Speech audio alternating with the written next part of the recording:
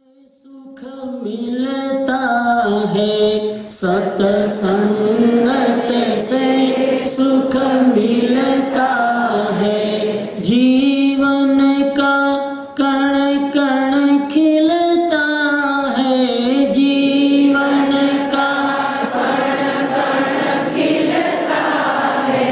सत्संगत से सुख मिलता है, सत्संगत से सुख मिलता है। सत्संगत से अज्ञान टले, सत्संगत से अज्ञान टले। सत्संगत से भगवान मिले, सत्संगत से भगवान मिले। दीपक से दीपक जलता है, दीपक से दीपक जलता है। सत्संगत से सुख मिलता है, सत्संगत से सुख मिलता है। नास्तिक भी आस्तिक बनता है, नास्तिक भी आस्तिक बनता है। पापी भी पावन बनता है, पापी भी पावन बनता है। चाबी से ताला खुलता है, चाबी से ताला खुलता है। सत्संगत से सुख मिलता है, सत्संगत से सुख मिलता है। कपड़े को जैसा रंग मिले, कपड़े को जैसा रंग मिले। मानव को जैसा संग मिले, मानव को जैसा संग मिले। बस उसी ढंग से ढलता है, बस उसी ढंग से ढलता है।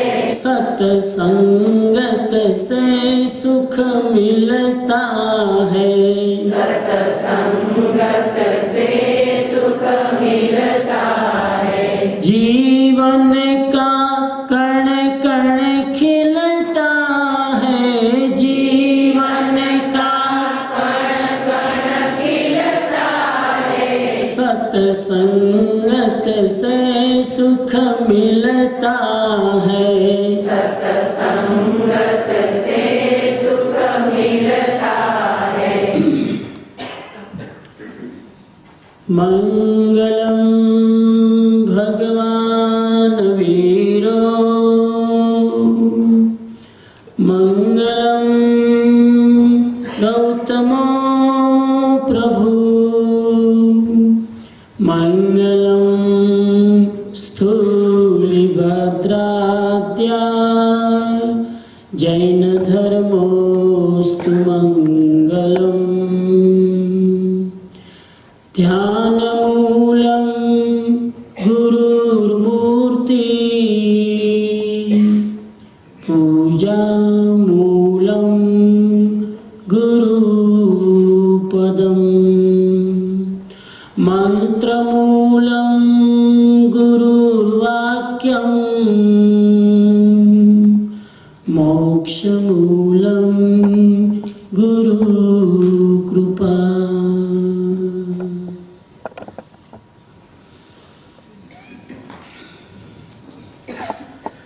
जिज्ञासु बंधुओं बहनों, आज नवनाथ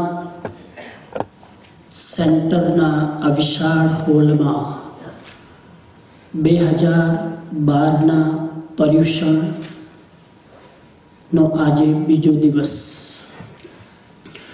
અને આ બીજા દિવસના સવારના પ્રવચનનો આપણો વિષય છે કલ્પસૂત્ર એટલે શું? What is the Kalpasutra? એ વિષય ઉપર આજે લગભગ 1.5 કલાક સ્વાધ્યાય કરીશું. મારી વાત એક નાનકડા દ્રષ્ટાંતથી શરૂ કરું છું.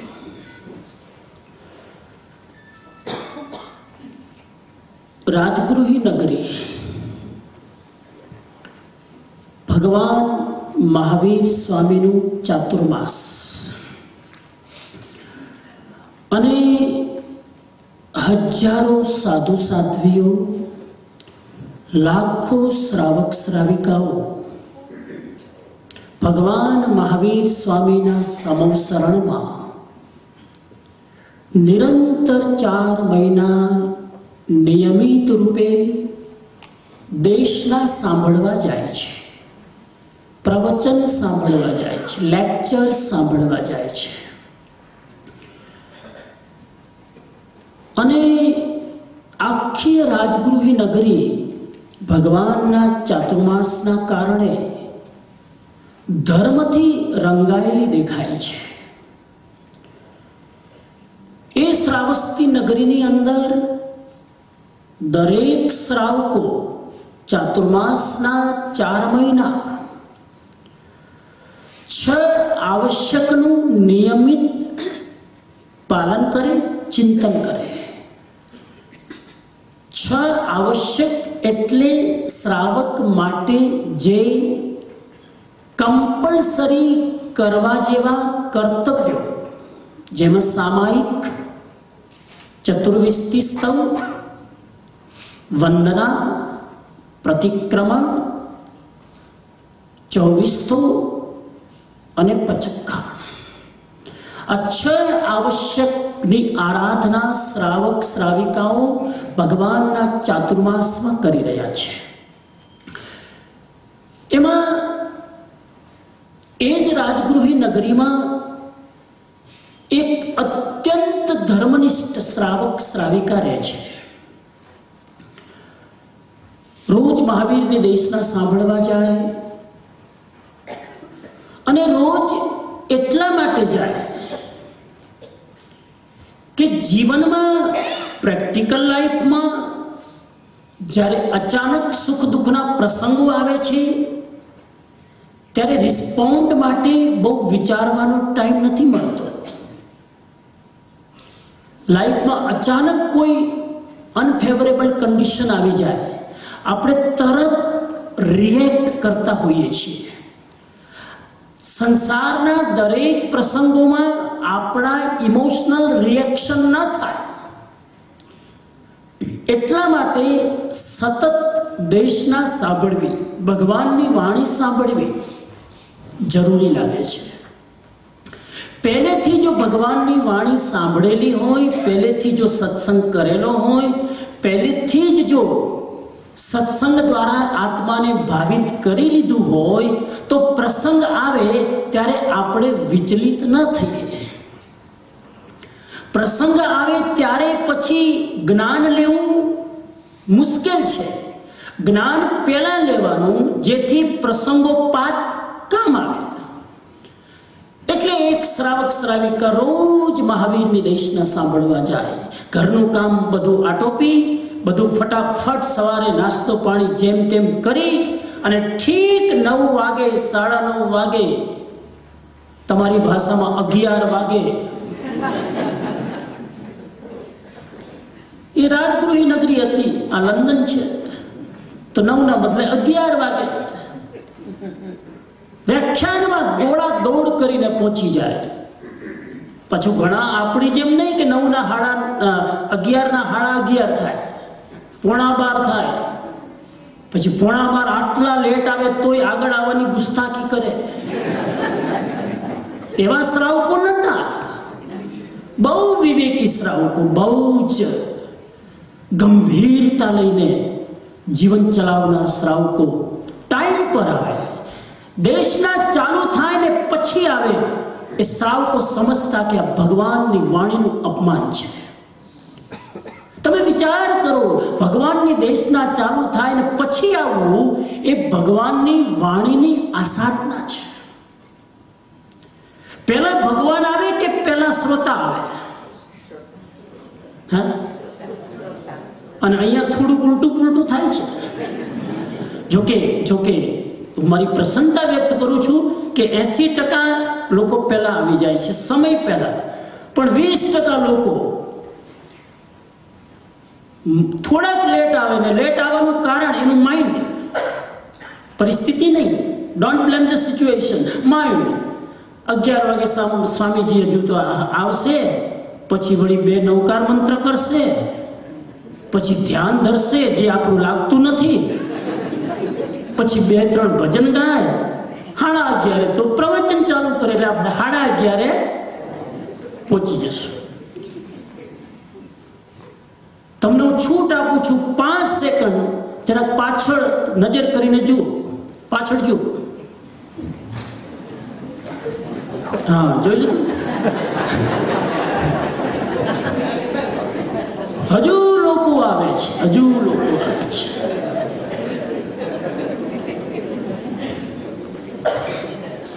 અને લગભગ 1 વાગે તો બધા પહોંચી જ જશે. 1 વાગે તો બધાની હાજરી હશે.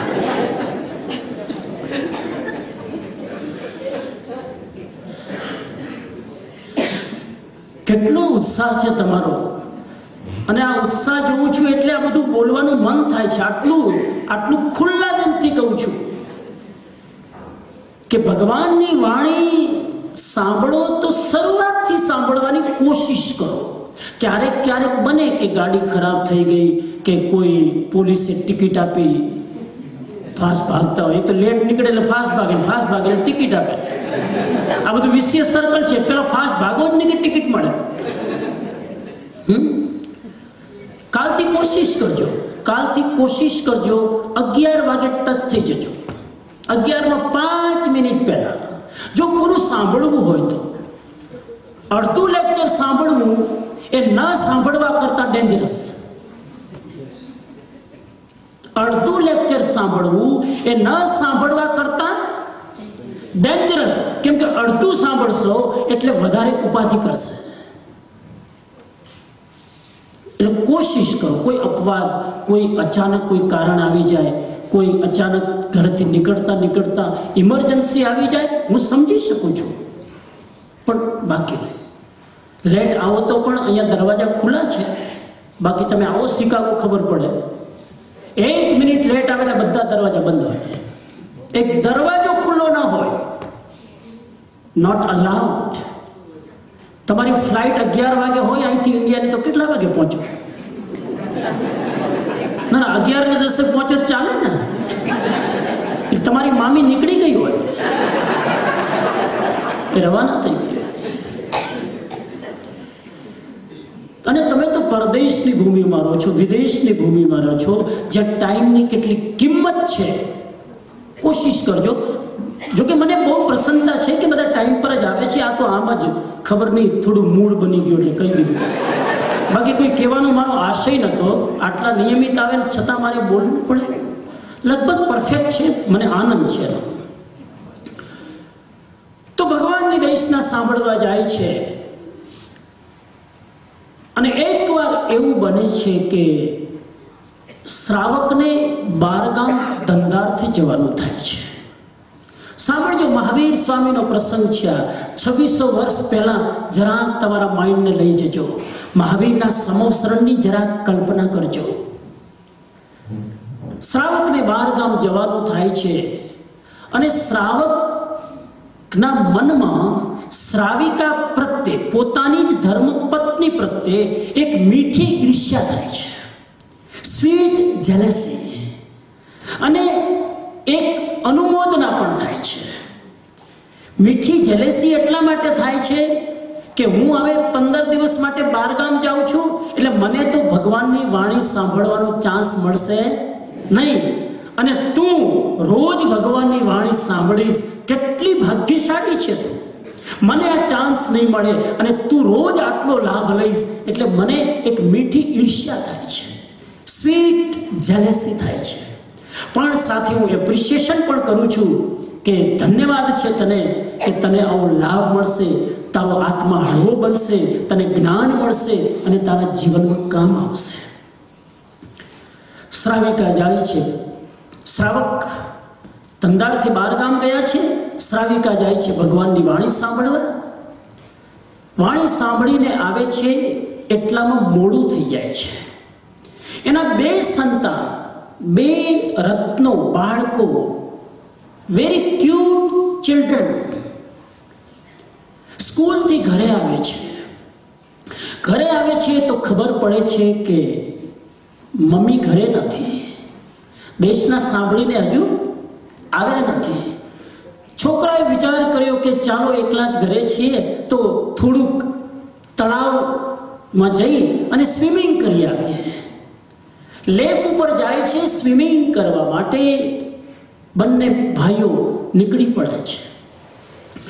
અચાનક કોઈ કર્મનો ઉદય, કોઈ પાપ કર્મનો ઉદય, કોઈ સંચિત કર્મનો ઉદય કે એ તળાવની અંદર એવી કોઈક હલચલ થાય છે અને આ બંને છોકરાઓ ડૂબી મરે છે. લોકોને ખબર પડી, ડેડ બોડીને બહાર કાઢી ઘરે લઈ આવે છે.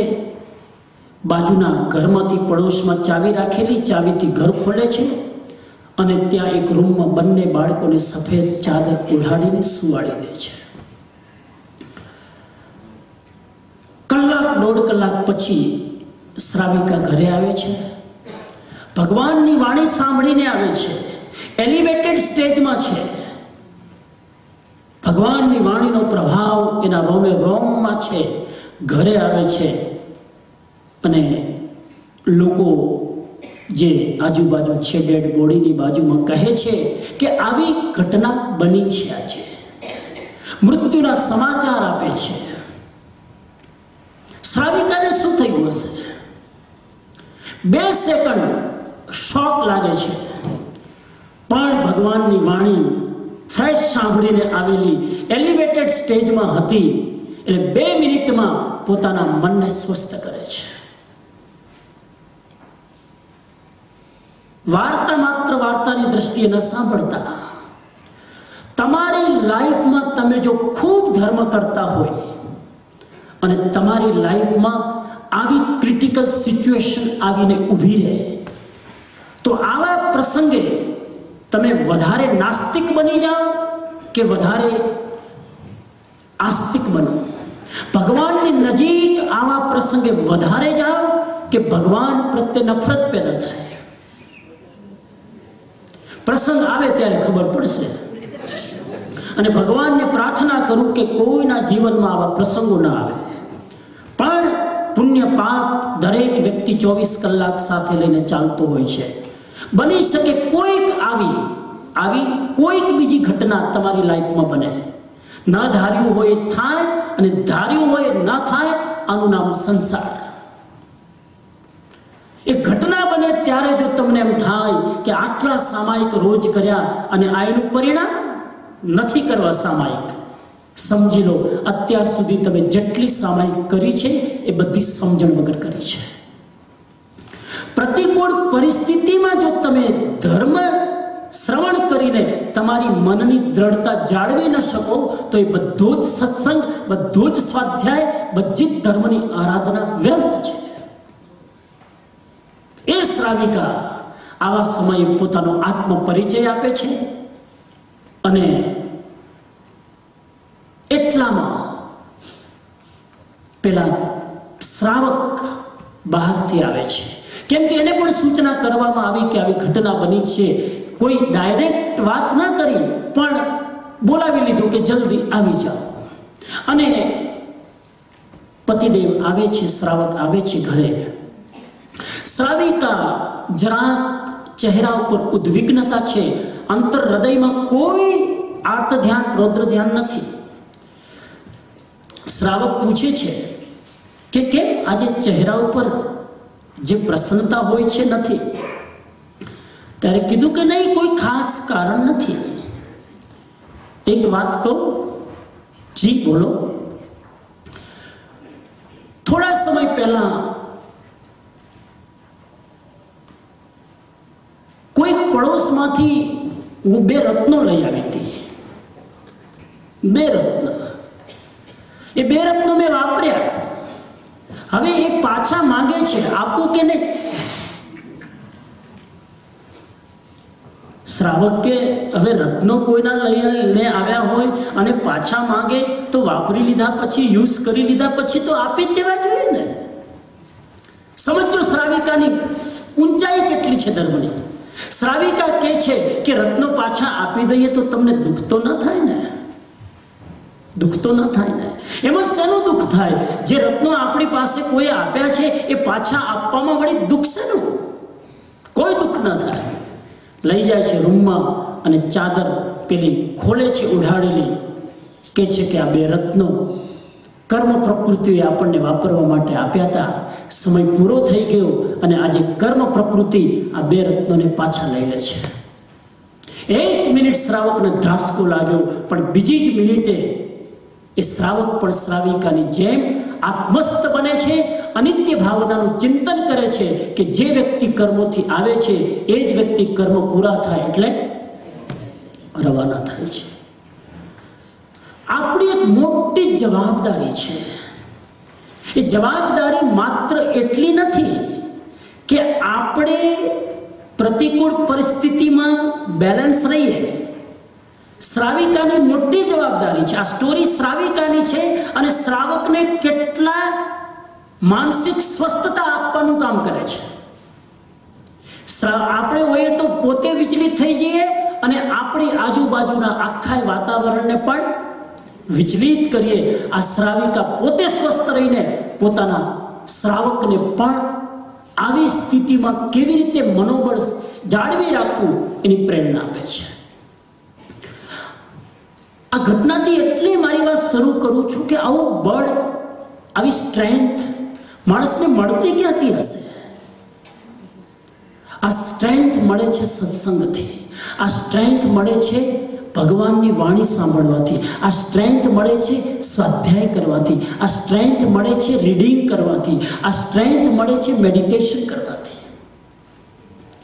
અને એ શાસ્ત્રો મહાપુરુષોની કૃપાથી આજે આપણી સામે છે.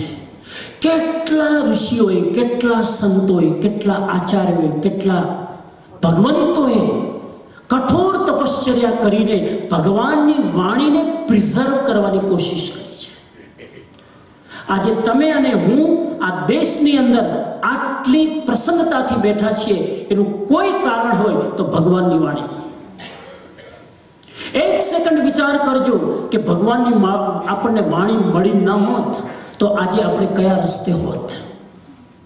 1 સેકન્ડ વિચાર કરો કે ભગવાનનો આ માર્ગ, આ જ્ઞાન આપણને મળ્યું ન હોત તો આપણામાંથી કેટલાય લોકો અભક્ષ્ય ખાતા થઈ ગયા હોત. આપણામાંથી કેટલાય લોકો વ્યભિચાર કરતા થઈ ગયા હોત. આપણામાંથી કેટલાય લોકો વ્યસન કરતા થઈ ગયા હોત. ભગવાનની વાણીએ આપણને બચાવ્યા છે. એ ભગવાનની વાણીની આજે મારે વાત કરવી છે, જેનું નામ છે કલ્પસૂત્ર. કલ્પસૂત્ર પવિત્ર ગ્રંથ છે. એની રચના, એને કમ્પાઇલ કરનાર છે આચાર્ય ભદ્રબાહુ સ્વામી.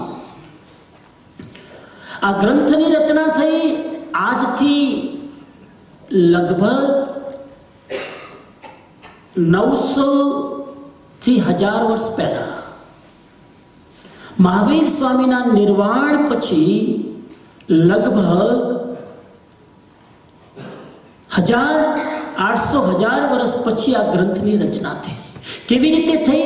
મારે જરા એના ઇતિહાસમાં તમને લઈ જવા છે, જેથી ખબર પડે કે આપણી હિસ્ટ્રી શું છે, આપણી વિરાસત શું છે, આપણો વારસો શું છે. ભગવાન મહાવીર સ્વામીએ 30 વર્ષની ઉંમરમાં દીક્ષા લીધી. 30 વર્ષ, 30 years old when he was. અને 30 વર્ષની ઉંમરમાં દીક્ષા લઈ 12.5 વર્ષ જંગલમાં રહ્યા. મૌન કર્યું, ધ્યાન કર્યું, કાયોત્સર્ગ કર્યો. એ ભગવાન મહાવીર સ્વામીએ દીક્ષા લીધા પછી પહેલું ચાતુર્માસ કર્યું. ભગવાન મહાવીર સ્વામીના પિતાશ્રી, શું નામ? રાજા સિદ્ધાર્થ. એ સિદ્ધાર્થનો કોઈ મિત્ર હતો. એ મિત્ર તાપસ હતો અને એ તાપસનો એક ફાર્મ હાઉસ હતું. એ ફાર્મ હાઉસની અંદર એક ઝોપડી હતી. એ ઝોપડીમાં ભગવાન મહાવીર સ્વામી દીક્ષા લીધા પછી પહેલું ચાતુર્માસ કરે છે. ચાતુર્માસ કરે છે એટલે વરસાદના કારણે ઘાસ એટલું બધું ઉગી નીકળ્યું, એટલી બધી ગ્રીનરી ઉગી નીકળી કે ગાયો અને ભેંસો એને ખાવા માટે આવે છે. મહાવીર સ્વામી તો ઝોપડીની અંદર ઠાણેનમ મોણેનમ જાણેનમ અપ્પાણમ હોશિરામી કરીને કાયોત્સર્ગની મુદ્રામાં 4 મહિના માટે ઊભા છે. મહાવીર સ્વામીએ દીક્ષા લીધા પછી 12.5 વર્ષ પછી કેવળ જ્ઞાન થયું. 12.5 વર્ષ દીક્ષા લીધા પછી એક પણ પ્રવચન નથી આપ્યું. અવધિ જ્ઞાની હતા. કોઈ પણ તીર્થંકર જન્મની વખતે કેટલા જ્ઞાન હોય? મતિ જ્ઞાન, શ્રુત જ્ઞાન, અવધિ જ્ઞાન. એ કોને કહેવાય એ મારો વિષય નથી. એમાં જઈશ તો પછી આ રહી જશે. દીક્ષા લીધા પછી ચોથું જ્ઞાન થયું મનઃ પર્યવ જ્ઞાન. 4 જ્ઞાનના ધની હતા, છતાં પણ ભગવાને દીક્ષા લીધા પછી કોઈ પ્રવચન નથી આપ્યું.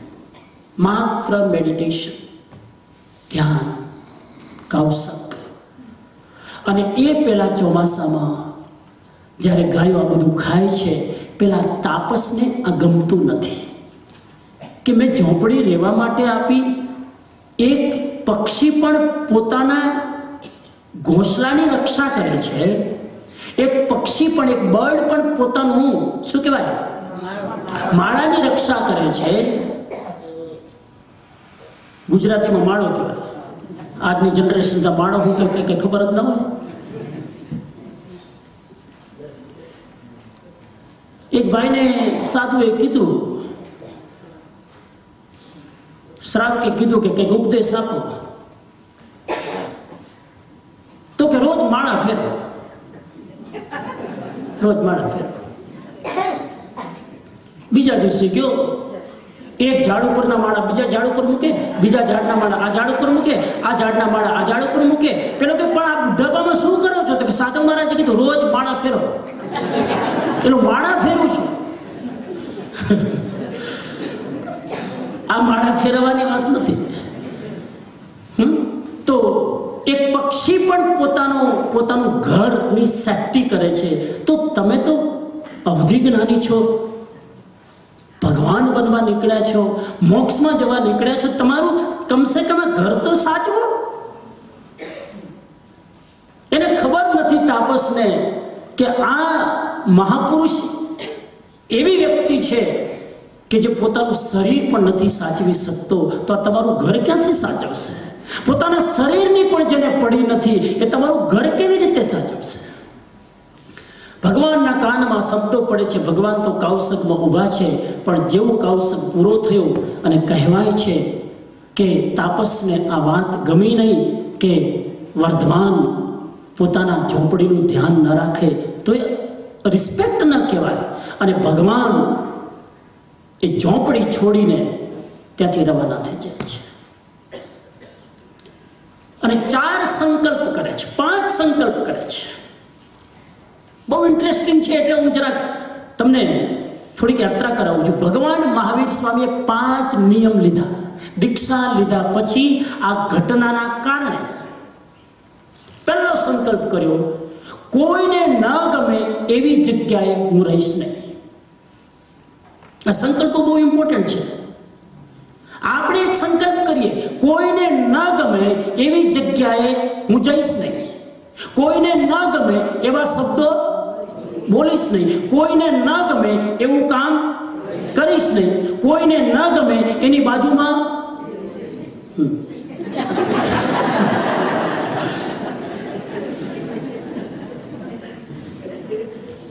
સંકલ્પોને આપણી સાથે કનેક્ટ કરજો. મહાવીરના સંકલ્પો મહાવીરનું કલ્યાણ કરવું, આપણને શું ફાયદો? પણ આ ધરતી ઉપર લાવો એ સંકલ્પને, તમારા માટે એને રિલેટ કરો. આ પહેલો સંકલ્પ, કોઈને ન ગમે એવી જગ્યાએ હું નહીં રહું. સંકલ્પ કરો, કોઈને ન ગમે એના ઘરે હું નહીં જાઉં. ઘણીવાર આપણે તે ગુજરાતીમાં કહેવત છે ને, આવ નહીં આદર નહીં, નહીં નહેનો મેં ને ઉસ ઘર કભી ન જાઈએ કંચન વર્ષે મેં. જે આવ ન હોય, આદર ન હોય, રિસ્પેક્ટ ન હોય, એ ઘરે જવાનો અર્થ શું? ભલે ને સોનાનો વરસાદ થતો હોય. તો ભગવાને પેલો સંકલ્પ કર્યો, કોઈને અપ્રીતિ થાય એવી જગ્યાએ હું મારું ચોમાસું નહીં કરું. શોર્ટમાં એનો મિનિંગ છે કે કોઈને દુઃખ થાય એવું કામ નહીં કરું. આટલો સંકલ્પ કરી શકો? દરેક વહુઓ સંકલ્પ કરી લે, મારી સાસુને દુઃખ થાય એવું કામ નહીં કરું.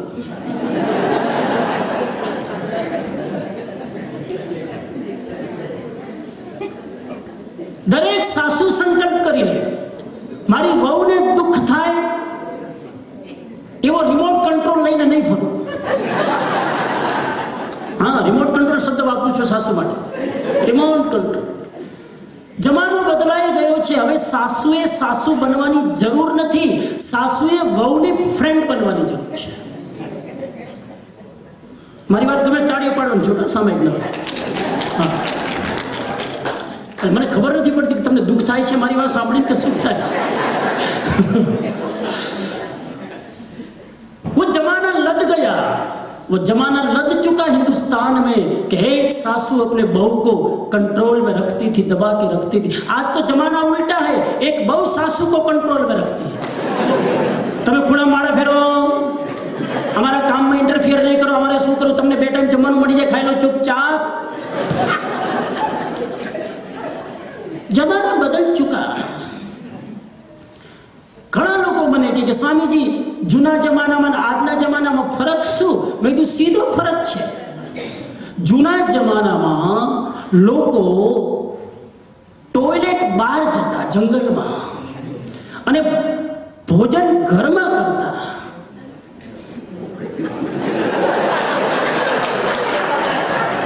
સમજી ગયા? સમજી ગયા કોણ? જૂના જમાનામાં લોકો લોટો લઈને જંગલ જતા અને જમતા ઘરે.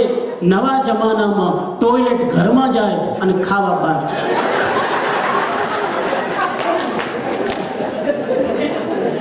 કેટલો ફરક આવી ગયો.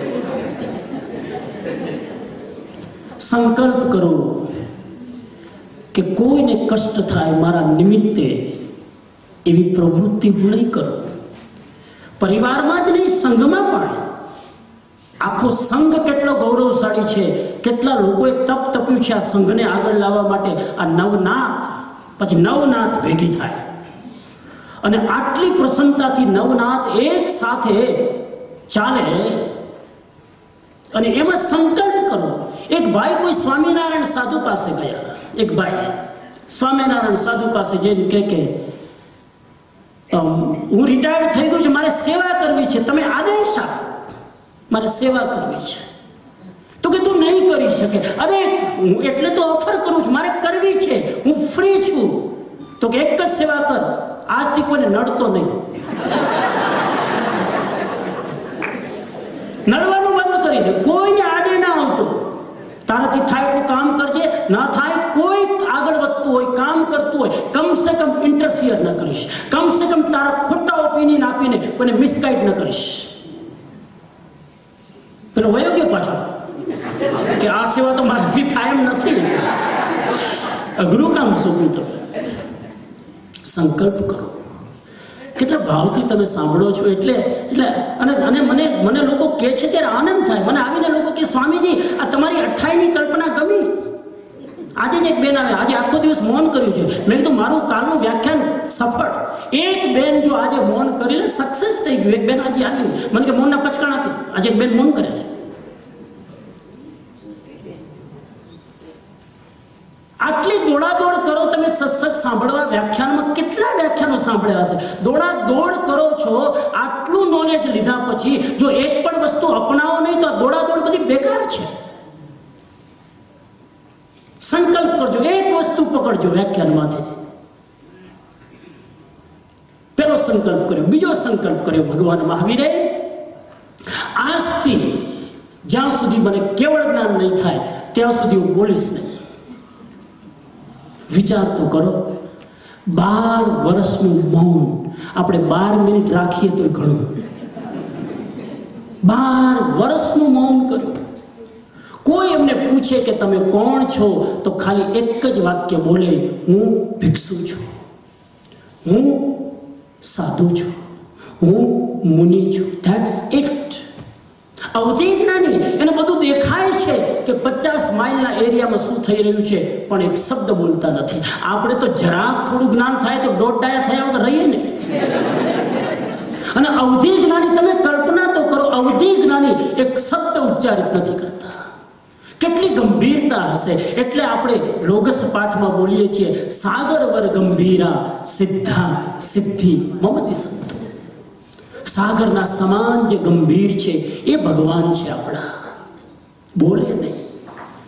તમે પણ 5 જણા મીટિંગ કરતા હોય, તમને કોઈ વાત આમ મગજમાં આવતી હોય, કોઈ પૂછે નહીં તો ઊંચા નીચા ન થાવ. ઘણા એટલા ઊંચા નીચા થાય, I want to tell you one, અને પણ તારો ટર્ન આવે ત્યારે. ભગવાને સાધુ માટે એક આજ્ઞા કરી છે, ન પુઠ્ઠો વાગરે કિચ્ચા, પૂછ્યા વગર બોલવું નહીં. કેટલી સાધુ માટેની આદર્શની વાત ભગવાને આપી છે.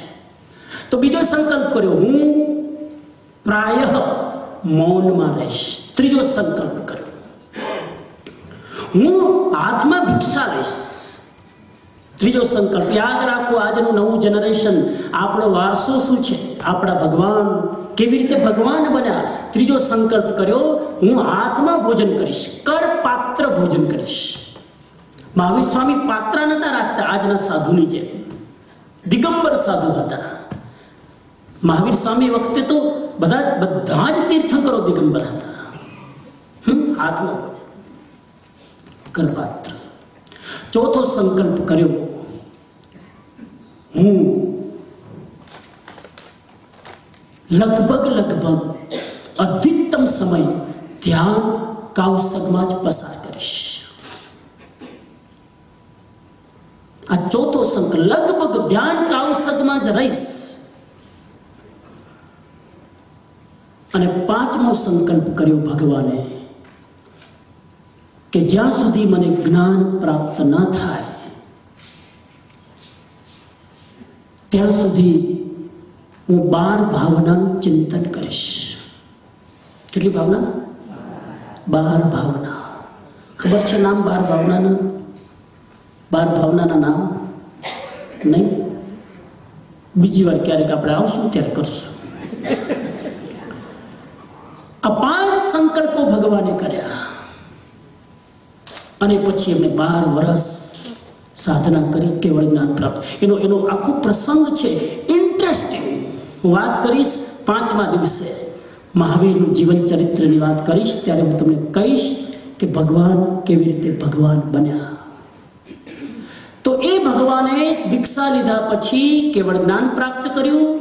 30 વર્ષની ઉંમરમાં દીક્ષા લીધી, 12.5 વર્ષ સાધના કરી, એટલે 30 ને 12.5 42 વર્ષ, 42.5 યરની એજ જ્યારે ભગવાનની થઈ ત્યારે એ એનલાઇટન થયા, કેવળ જ્ઞાની થયા, આત્મજ્ઞાની થયા. અને કેવળ જ્ઞાન પછી એમને પહેલું પ્રવચન આપ્યું, પહેલું લેક્ચર આપ્યું.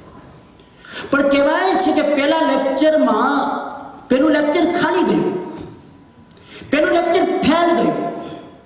પેલા લેક્ચરમાં કોઈએ પણ વ્રત સ્વીકાર ન કર્યા. પેલા લેક્ચરમાં કોઈએ પણ એક નિયમ પણ ન લીધો. મારું લેક્ચર તો કાલે સક્સેસ થયું, એક બેન આજે મૌન કર્યું. એટલે મારી દેશના ખાલી નથી ગઈ, ભગવાનની દેશના તમે વિચાર તો કરો ખાલી ગઈ. મને વિચાર આવે શું કામ ખાલી ગઈ? ભગવાન જેવા ભગવાન, ત્રિકાળ જ્ઞાની, પ્રવચન આપે તો 5 માણસ તો મોટિવેટ થાય, એક પણ નહીં. કારણ કે વ્યાખ્યાન સાંભળવા વાળા બધા દેવતા હતા. બધા જ સ્વર્ગના દેવતાઓ, ડિવાઇન સોલ, સ્વર્ગના દેવતાઓ. અને દેવતાઓ કોઈ નિયમ લઈ શકે? અહીંયા કેટલા દેવતાઓ બેઠા છે? સમજી ગયા? દેવતાનો અર્થ સમજી ગયા? દેવતાનો એક અર્થ આ પણ થાય, નિયમ ના લે બધા દેવતા. સાંભળવામાં એક્સપર્ટ, સાંભળવામાં બહુ ગમે મને. લોકો એમ કે સ્વામીજી શું તમારી મીઠી વાળી, શું તમે આમ એટલી પ્યોર કાઠિયાવાડી ગુજરાતીમાં બોલો છો. અને અમારે ત્યાં કાઠિયાવાડી ગુજરાતી માટે એક વાત કહેવાય કે એટલી મીઠી ભાષા કે તમે વારંવાર સાંભળો તો સાંભળતા ડાયાબિટીસ થઈ જાય. એટલી મીઠી ભાષા.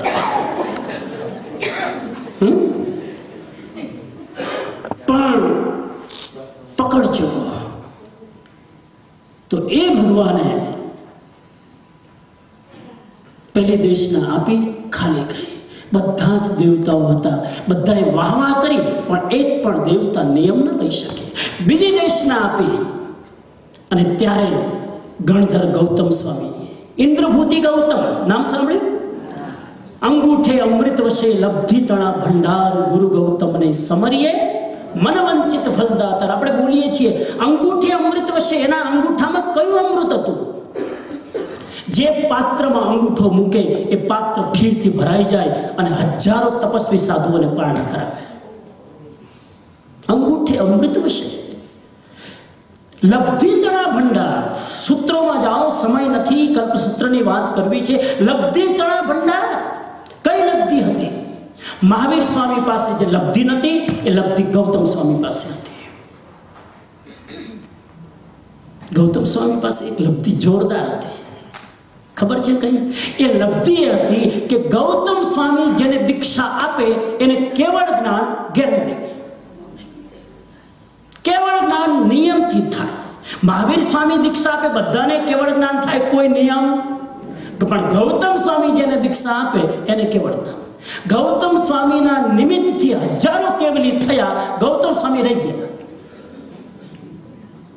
ગૌતમ પાસે એવી વિદ્યા હતી કે જે પોતાના માટે નતા વાપરતા, બીજાના માટે વાપરતા હતા. તમે સમજ્યા? તમારી પાસે બહુ પૈસા હોય, તમે સમાજ માટે વાપરો, પોતાના માટે ના વાપરો. એવું આપણે તો ઉલટું છે. આપણે આપણા માટે વાપરીએ, સમાજ માટે ના વાપરીએ. કાલે ભૂપેન્દ્રભાઈ રાડો નાખીને કહી ગયા ભાઈ સ્પોન્સર. બધા એકબીજા સમજવું કે કોઈકનું હૃદય પીગળે, કોઈકમાં આપણે નથી. વાત કરીશ કાલે, આજે તમારો વિષય નથી. પણ તમે વિચાર કરો કે બીજાના માટે માણસો જીવે, પોતાના માટે જીવે. મહાવીર બીજાનો વિચાર કરતા હતા. આપણે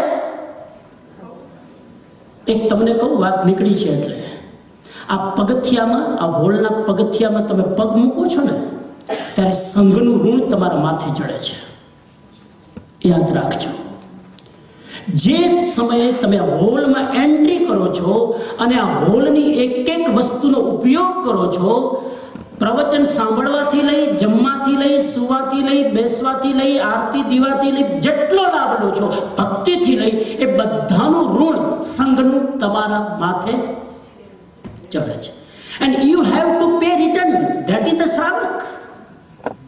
આપણે એ રિટર્નમાં ચૂકવીએ તો આપણે ઋણ ચૂકવ્યું કહેવાય. અને સંઘનું ઋણ ચૂકવવું બહુ, એક મા બાપનું ઋણ ચૂકવવું અઘરું છે, એક સંઘની સેવાનું ઋણ ચૂકવવું.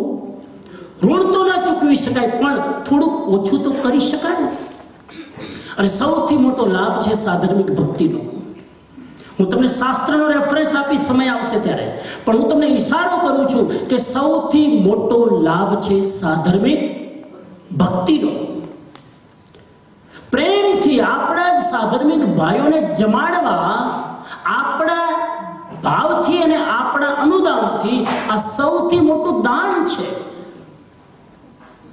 એનાથી કેટલાય કર્મો કપી જાય છે.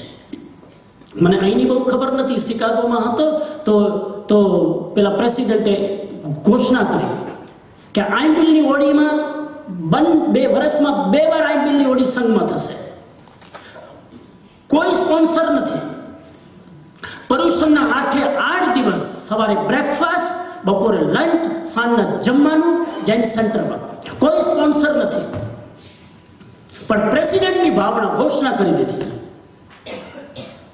અને જ્યારે 8 દિવસના ઠાઠમાઠથી પર્યુષણ થયા અને લોકો વ્યાખ્યાન સાંભળ્યું, સત્સંગ સાંભળ્યો, ભાવથી સાથે શ્રાવકો બેસીને સાધર્મિક લોકો ભોજન કરે, એક ભાઈના આંખમાં આંસુ આવ્યા અને એને ઘોષણા કરી દીધી કે જેટલો ખર્ચો છે 8 દિવસનો આંબીલની ઓળીનો, એ બધો જ 1 વર્ષનો નહીં, આવતા 25 વર્ષ સુધી મારા તરફથી. તમે વિચાર કરો કે ભાવના શું ન કરી શકે, પણ દિલ હોવું જોઈએ, ભાવના હોવી જોઈએ. પૈસા હવે નહીં વાપરો તો ક્યારે વાપરશો? પૈસા અત્યારે નહીં વાપરો તો ક્યારે વાપરશો? ઘણા લોકો 65-70 બધું દબાવીને બેઠા છે. હા, એકદમ બધું દબાવ. પણ શું કરશો? એ જ પૈસાથી તમારા છોકરાઓ ક્યારેક કોર્ટમાં ના જાય, ધ્યાન રાખજો. એ જ પૈસાઓના ભાગલા પાડવામાં તમારા દીકરાઓ કોર્ટના પગથિયા ના ચડે. Be careful. તમારા હાથથી જેટલું તમારા હાથે કમાણા છો, તમારા હાથે જેટલું વાપરીને જશો એમાં મજા છે. અને આવો લાભ ક્યાંથી મળશે? હું પ્રવચન આપું છું, કોઈ તમારા ઉપર અહેસાન નથી કરતો. હું વ્યાખ્યાન આપું છું, એ વ્યાખ્યાન આપવામાં મારો એટલો બધો ભાવ છે. મને કાલે કહેતા હતા કે તમે આટલું બોલે થાકી ગયા છો. મેં એને પૂછ્યું, ભાઈ તમે તો નથી થાક્યા ને સાંભળીને? ફોરગેટ મી, તમે નથી થાક્યા ના. ભગવાનની વાણી બોલવાથી અને સાંભળવાથી થાક લાગે તો સમજવાનું ભગવાનની વાણી નથી. એટલા માટે હું ભાવથી તમને કહું છું કે આ શાસન વારંવાર નહીં મળે. અને મને તો અહીંયા આવ્યા પછી એવું લાગે છે કે આ નવનાથ ભવન જેવો માહોલ તમને જોવા નહીં મળે. કે સો બ્યુટીફુલ, આટલો હોલ સુંદર મેં ક્યાંય જોયો નથી. અને અહીંયા જે વાઇબ્રેશન આવે છે ને, અહીંયા આવીને બેસીને જોવા જ ખબર પડે. આવતા નહીં, પણ અહીંયા જે વાઇબ્રેશન આવે છે, અહીંયા જે ફિલિંગ આવે છે, તમે જુઓ, એ એક્સ્ટ્રીમલી પોઝિટિવ. અને તો જ હું આટલું બોલી શકું છું. બાકી ધર્મની વાત 1.5 કલાક સુધી આટલા ટેલેન્ટેડ હિન્દુસ્તાનનું ક્રીમ બ્રેઇન અહીંયા આવ્યું છે, એની વચ્ચે બોલવું અઘરું છે ધર્મની વાત. પણ આ વાઇબ્રેશનનો પ્રભાવ છે. આ જગ્યા ઉપર હજારો પ્રવચનો, હજારો સારા પ્રોગ્રામ કદાચ થઈ ચૂક્યા હશે. તો મંગલ કામના કરીને આગળ વધું છું કે ભગવાને આપ્યું છે ને. એક વાત કહું, ખાનગી કોઈ કહેતા નહીં, સિક્રેટ, માઇકમાં સિક્રેટ હોય. હા, પૈસા મળે છે પુણ્યથી. પૈસા મળે છે પુણ્યથી. વાપરવાનું મન ન થાય બીકોઝ પાપ હોય તો વાપરવાનું મન ન થાય. પુણ્ય હોય તો પૈસા હોય. પૈસા આવી ગયા પુણ્યથી, વાપરો ને તો તમે શું કરો છો? પૈસા ગમે છે તમને. કયો ઉદય? પૈસા આવે પુણ્યનો ઉદય, પૈસા બહુ ગમે પાપનો ઉદય. અને પૈસા વાપરી શકો પુણ્યાનુબંધી પુણ્યનો ઉદય. શાલિભદ્ર આપણે ક્યારેક યાદ કરીશું, કેટલું દાન કરતા હતા શાલિભદ્ર. અને 99 પેટીઓ ઉતરતી હતી. કેટલી પેટીઓ? 99. ખબર છે કઈ કઈ? 33 કપડાની, સાડીઓની, 33 જમવાની. એટલે શાલિભદ્રના ઘરમાં રસોડામાં રસોઈ તો ક્યારે બનતી જ નથી. 33 પેટીઓ, અને 33 પેટીઓ આભૂષણની. પુણ્યાનુબંધી પુણ્ય કર્મ હતું એ માણસે કર્યું. જબરજસ્ત. તો એ ભગવાન જ્યારે પ્રવચન આપી રહ્યા છે, ગૌતમ સ્વામી આદિ 11 ગણધરોએ ભગવાન પાસે ભિક્ષા લીધી. કેટલા ગણધરોએ? 11 ગણધરો. બધા જ બ્રાહ્મણ. બધા જ કોણ? બ્રાહ્મણ. એક પણ ક્ષત્રિયનો પુત્ર નથી મહાવીર સિવાય. એકચ્યુઅલી ઓરિજિનલી તો મહાવીર પણ કોણ છે? મહાવીર પણ બ્રાહ્મણના ગર્ભમાંથી આવ્યા, દેવાનંદાના ગર્ભમાંથી. ઓરિજિનલી ખબર છે ને? બધા જ બ્રાહ્મણો. અને બધાએ દીક્ષા લીધી. અને દીક્ષા લીધા પછી ભગવાને ગૌતમ સ્વામી ઉપર વાસક્ષેપ નાખ્યો. શું નાખ્યું? અહીંથી વાસક્ષેપ નાખવાની પરંપરા ચાલુ થઈ. હું તમને પૂછું, વાસક્ષેપ શું કામ નખાવીએ છીએ આપણે? ઘણા અઠાઈ કરે ને એટલે સાધુ મહારાજે કંઈક જરાક વાસક્ષેપ નાખો. વાય વાસક્ષેપ? વાસક્ષેપ નાખવો એનો અર્થ છે કે સાધુ મહારાજનું કે ગુરુ મહારાજનું કે ભગવાનની અંદર જે જ્ઞાન છે એ જ્ઞાન એમના મસ્તકમાં સંપ્રેષિત કરે છે. ભગવાન પાસે જેટલું જ્ઞાન હતું, હાથ ટચ કરી અને માથા ઉપર મસ્તક નાખ્યું, એ બધું જ જ્ઞાનના દરવાજા ગૌતમ સ્વામીના ખુલી ગયા. અને એના લીધે ગૌતમ સ્વામીએ 12 ગ્રંથોની રચના કરી. એને કહેવાય 12 આગમ. દ્વાદશ સાંગીની રચના કરી. ઉત્તરાધેન, આચારાંક, સૂત્રકૃતાંક, દસવેકાલી, ભગવતી, એવા 12 શાસ્ત્રોની રચના કરી. એમાં 12મું શાસ્ત્ર છે દ્રષ્ટિવાદ. છેલ્લું શાસ્ત્ર કયું? દ્રષ્ટિવાદ. એ દ્રષ્ટિવાદ શાસ્ત્ર અત્યારે અવેલેબલ નથી. એ દ્રષ્ટિવાદ શાસ્ત્ર મહાવીર સ્વામી પછી મેમોરી ટુ મેમોરી આ બધા જ શાસ્ત્રો મગજથી ટ્રાન્સફર થતા હતા. ત્યારે લખવાની ટેકનિક નથી, લિપિ નથી. મહાવીર સ્વામીએ ગૌતમ સ્વામીને આપ્યું, ગૌતમ સ્વામીએ સુધર્મા સ્વામીને આપ્યું, સુધર્મા સ્વામીએ જંબુ સ્વામીને આપ્યું, જંબુ સ્વામીએ પ્રભવ સ્વામીને આપ્યું, પ્રભવ સ્વામીએ સ્વયંભવ સ્વામીને આપ્યું. આવી રીતે જ્ઞાન ટ્રાન્સફર થતું રહ્યું, memory to memory, brain to brain. એ સમયે લર્ન બાય હાર્ટ કરવાની પરંપરા હતી. બધું જ યાદ કરી લેતા. કેટલું બ્રેઇન પાવરફુલ હશે વિચાર કરો. આપણું બ્રેઇન પાવરફુલ હતું કે એ લોકોનું? આપણે તો 50 + 40 + 30 હિસાબ કરવા તો કેલ્ક્યુલેટર જોઈએ.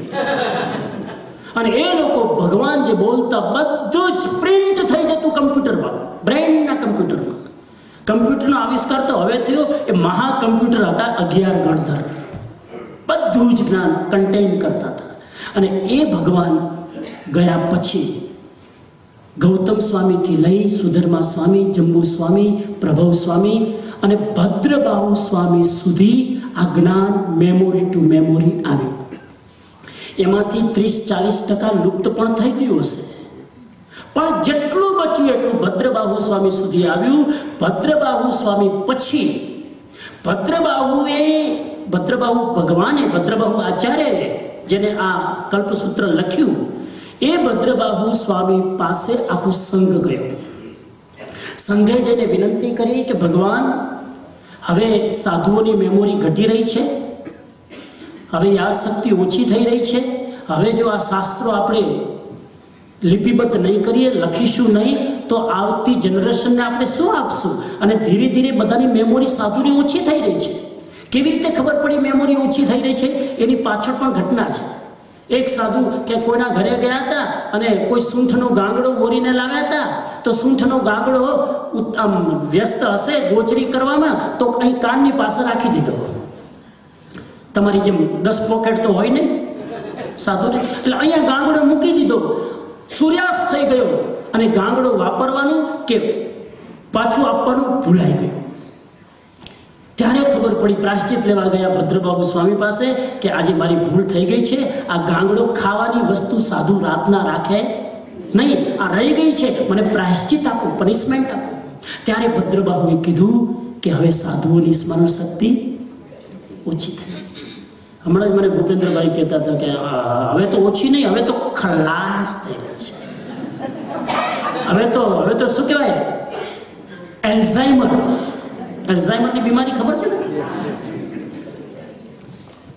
પોતાનો દીકરો સામે હોય, પોતાની પત્ની સામે હોય, આંખ કામ કરતી હોય, શરીર કામ કરતું હોય, પેટ કામ કરતું હોય, બધું જ પરફેક્ટ હોય, પોતાના દીકરાને, પોતાની પત્નીને ઓળખી ન શકે. મેમોરી ખલાસ થઈ ગઈ, એલ્ઝાઇમર જેને કહેવાય.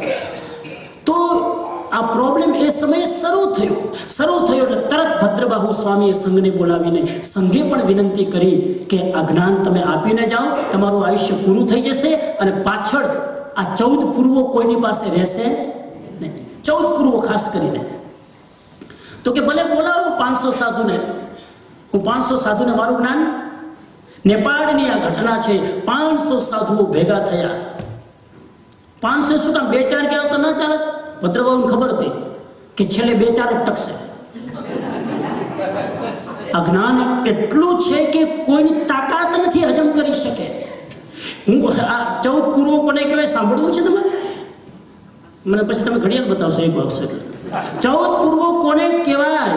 એક પૂર્વ, ખાલી એક જ પૂર્વની વાત કરું. પહેલું પૂર્વ, એક પૂર્વ કોને કહેવાય? કલ્પના ખાલી કરો, ઇમેજિન જસ્ટ. એક હાથી ડૂબી જાય એટલી સ્યાહીથી, ઇંક, એક એલિફન્ટ આખો ને આખો ડૂબી જાય એટલી ઇંકથી જેટલું લખાય એટલું પહેલું પૂર્વ. અને હજુ ઉતાવળ ન કરતા હું બીજા પૂર્વની વાત કરું છું. 2 હાથી ડૂબી જાય એટલી સ્યાહીથી લખાય બીજા નંબરનું પૂર્વ. અને આવી રીતે મલ્ટીપ્લાય કરતા જાઓ. 4 હાથી ડૂબે એટલી સ્યાહીથી લખાય એટલું ત્રીજું પૂર્વ. 8 હાથી ડૂબે એટલી સ્યાહીથી લખાય એટલું ચોથું પૂર્વ. આવી રીતે 14 પૂર્વોનું જ્ઞાન ભદ્રબાહુને હતું, કંઠસ્થ. શું આપણે આપણા દિમાગના અહંકાર લઈને ફરીએ છીએ? કંઠસ્થ. નોટ ઓનલી ધેટ, મારા ભાઈ બહેનો, 48 મિનિટની અંદર એ બધું જ જ્ઞાન રિવિઝન કરી લેતા હતા. 48 મિનિટમાં. તમારા કમ્પ્યુટરની સ્પીડ કેટલી? કમ્પ્યુટરમાં ફિગર ફાસ્ટ, પણ કમ્પ્યુટરની સ્પીડ પણ આની સામે કહી. અને એની પાછળનું કારણ પણ કહી દઉં, નહીં તો આજના યંગસ્ટરને લાગશે બધું હંબક. 48 મિનિટમાં આટલા હાથી ડૂબે એટલું જ્ઞાન તમે રિપીટ કરી શકો? ઇમ્પોસિબલ. પોસિબલ કેવી રીતે? ભદ્રબાહુ સ્વામી 12 વર્ષ સુધી નેપાળની ગુફામાં રહી અને મેડિટેશન કરતા હતા. 12 વર્ષ નેપાળની ગુફાઓમાં રહી અને ધ્યાન કરતા હતા. અને ધ્યાન એવું કરતા હતા કે શ્વાસને મગજમાં 48 મિનિટ રોકી શકતા હતા. 8 મિનિટ રોકવું જોઈએ, મારી જવાબદારી નથી તમારું શું થાય એને. 48 મિનિટ. આ પ્રાણાયામની પ્રક્રિયા જે અત્યારે આપણે કરીએ છીએ, બધા પ્રાણાયામ, આ ભદ્રબાહુ સ્વામી આ બધા પ્રાણાયામ કરતા હતા. એને કહેવાય મહાપ્રાણ ધ્યાન સાધના, એનું નામ હતું. અને એના કારણે એના મગજમાં એટલી તાકાત આવી ગઈ કે આ બધું રિપીટ કરી લેતા હતા. અને જ્ઞાન આપવા માટે 500 સાધુઓ આવ્યા અને ભદ્રબાહુ સ્વામીએ વાંચના આપવાની ચાલુ કરી. ત્યારે તો લખવાની પદ્ધતિ નથી, વાંચના આપવાની ચાલુ કરી. એક એક પૂર્વ સમજાવતા જાય, એક્સપ્લેન કરતા જાય. હજુ તો માંડ 2 પૂર્વો પૂરા નહીં થયા હોય એટલામાં તો 50-60 સાધુ કે અમારું કામ નથી, અમને રજા આપો, અમે ગોચરી પાણી કરી ખાઈ પીને હોઈ રહીએ. જાઓ. ત્રીજું પૂર્વ ચાલુ થયું એટલામાં બીજા 50-60 સાધુએ કીધું આ અમારું કામ નથી, 14 પૂર્વો ક્યારે અંત આવશે, અમને જવા દો. છેલ્લે કહે છે કે એક સાધુ બાકી બચ્યા, એનું નામ સ્થૂલીભદ્ર. કોણ? સ્થૂલીભદ્ર. સ્થૂલીભદ્રને પણ માત્ર 10 પૂર્વનું જ્ઞાન આપ્યું. 14 માંથી કેટલા? ઓનલી 10. 10 પૂર્વનું જ્ઞાન આપ્યું. એના પછી સ્થૂલીભદ્રને પણ જ્ઞાન પચ્યું નહીં, ડાયજેસ્ટ ન થયું, ઈગો આવી ગયો. જ્ઞાન હોય ને ઈગો ના આવે ને, ભગવાનની કૃપા સમજો. તમારામાં જ્ઞાન થોડુંક આવી જાય ને અહંકાર ના આવે, ભગવાનની કૃપા ના. ઈગો આવી ગયો. સ્થૂલીભદ્રને થયું. અને 10મું પૂર્વથી જ શું કામ ઈગો આવ્યો? 9માંથી કેમ નહીં, 8માંથી કેમ નહીં? 10મા પૂર્વમાં વિદ્યાઓ હતી. એનું નામ છે વિદ્યા પ્રવાદ પૂર્વ 10મું. એમાં બધી વિદ્યાઓ, વિદ્યા શું કહેવાય? લબ્ધિઓ, સિદ્ધિઓ હતી. અને એ જ્ઞાન મળી ગયું એટલે સ્થૂલીભદ્રને થયું આ ભદ્રબાહુ સ્વામીનું આયુષ્ય પૂરું થઈ જશે, એના પછી સૌથી વધારે જ્ઞાની હું જઈશ. ઘમંડ આવી ગયું. અને ઘમંડમાં એક ગુફામાં ભદ્રબાહુ સ્વામીની આજ્ઞા લઈને જાય છે કે ભગવાન ધ્યાન કરવા જાઉં છું ગુફામાં, તમારી આજ્ઞા, જાઓ. ગુફામાં ધ્યાનમાં બેસે છે. એને થયું કે મારી બહેનો મને વંદન કરવા આવવાની છે. તો એને ખબર કેવી રીતે પડે કે મારા વીરાને આટલું જ્ઞાન થયું છે? This is the time to show that. અને પોતાનું જ્ઞાનનું પ્રદર્શન કરવા માટે વિદ્યા પ્રાપ્ત થઈ ગઈ હતી એટલે સિંહનું રૂપ બનાવ્યું. ટાઈગરનું રૂપ બનાવ્યું, વાઘનું રૂપ બનાવ્યું, રૂપ બનાવીને ત્યાં ગુફામાં છે અને એની બહેનો દર્શન કરવા આવે છે, ગભરાઈ જાય છે. ભદ્રબાહુ સ્વામીને જઈને કહે છે, મારા ભાઈ ક્યાં, સ્થૂલીભદ્ર ક્યાં? તો કે ગુફામાં ધ્યાન કરે છે. તો કે અમે ગુફામાં જઈને આવ્યા, ત્યાં તો સિંહ છે, કોઈ સ્થૂલીભદ્ર નથી. ભદ્રબાહુએ જ્ઞાનનો ઉપયોગ લગાવીને ખબર પડી કે આ વિદ્યાનો દુરુપયોગ કર્યો છે, રૂપ બદલ્યું છે. આજથી બાકીના 4 પૂર્વ આપવાનું બંધ. આટલા પૂર્વો પણ જો પચ્યા નથી ને હવે જો વધારે જ્ઞાન આપીશ તો અયોગ્ય વ્યક્તિને જો વધારે જ્ઞાન મળે તો એ જ્ઞાનનો દુરુપયોગ કરશે અને સંઘની અવહેલના થશે. ના આપ્યું. અત્યારે 10 જ પૂર્વ એ પણ સૂત્રો રૂપે અવેલેબલ છે, એ પણ સ્થૂલીભદ્ર સ્વામી સુધી, અને એમાંથી થોડાક પૂર્વો શાસ્ત્રોમાં ક્યાંક આવ્યા છે. એ ઊંડાનો વિષય છે, તમને કદાચ એમાં રસ ન હોય, પણ એક શાસ્ત્ર છે, એનું નામ છે 10વે કાલિક સૂત્ર. એ 10વે કાલિક સૂત્ર એ પૂર્વોમાંથી થોડાક પૂર્વો લઈને બનાવ્યું. તો આવી રીતે આ આખી આગમની પરંપરા ચાલે. તમને બતાવું છું. હવે શું થયું? આ આગમની પરંપરા ચાલ્યા પછી ભદ્રબાહુ સ્વામીને થયું કે આટલી બધી જ્ઞાનની વિશાળ રાશિ લોકો કેવી રીતે પચાવી શકશે, એટલે એમને એ બધા જ શાસ્ત્રોમાંથી એક ગ્રંથ બનાવ્યો. અને એ ગ્રંથનું નામ, એકચ્યુઅલી બધા શાસ્ત્રોમાંથી નહીં, એક શાસ્ત્ર, એનું નામ છે દશાશ્રુત સ્કંદ. 45 આગમમાંનું એક આગમ જેનું નામ દશાશ્રુત સ્કંદ, એનું 8મું ચેપ્ટર, એનું નામ કલ્પસૂત્ર.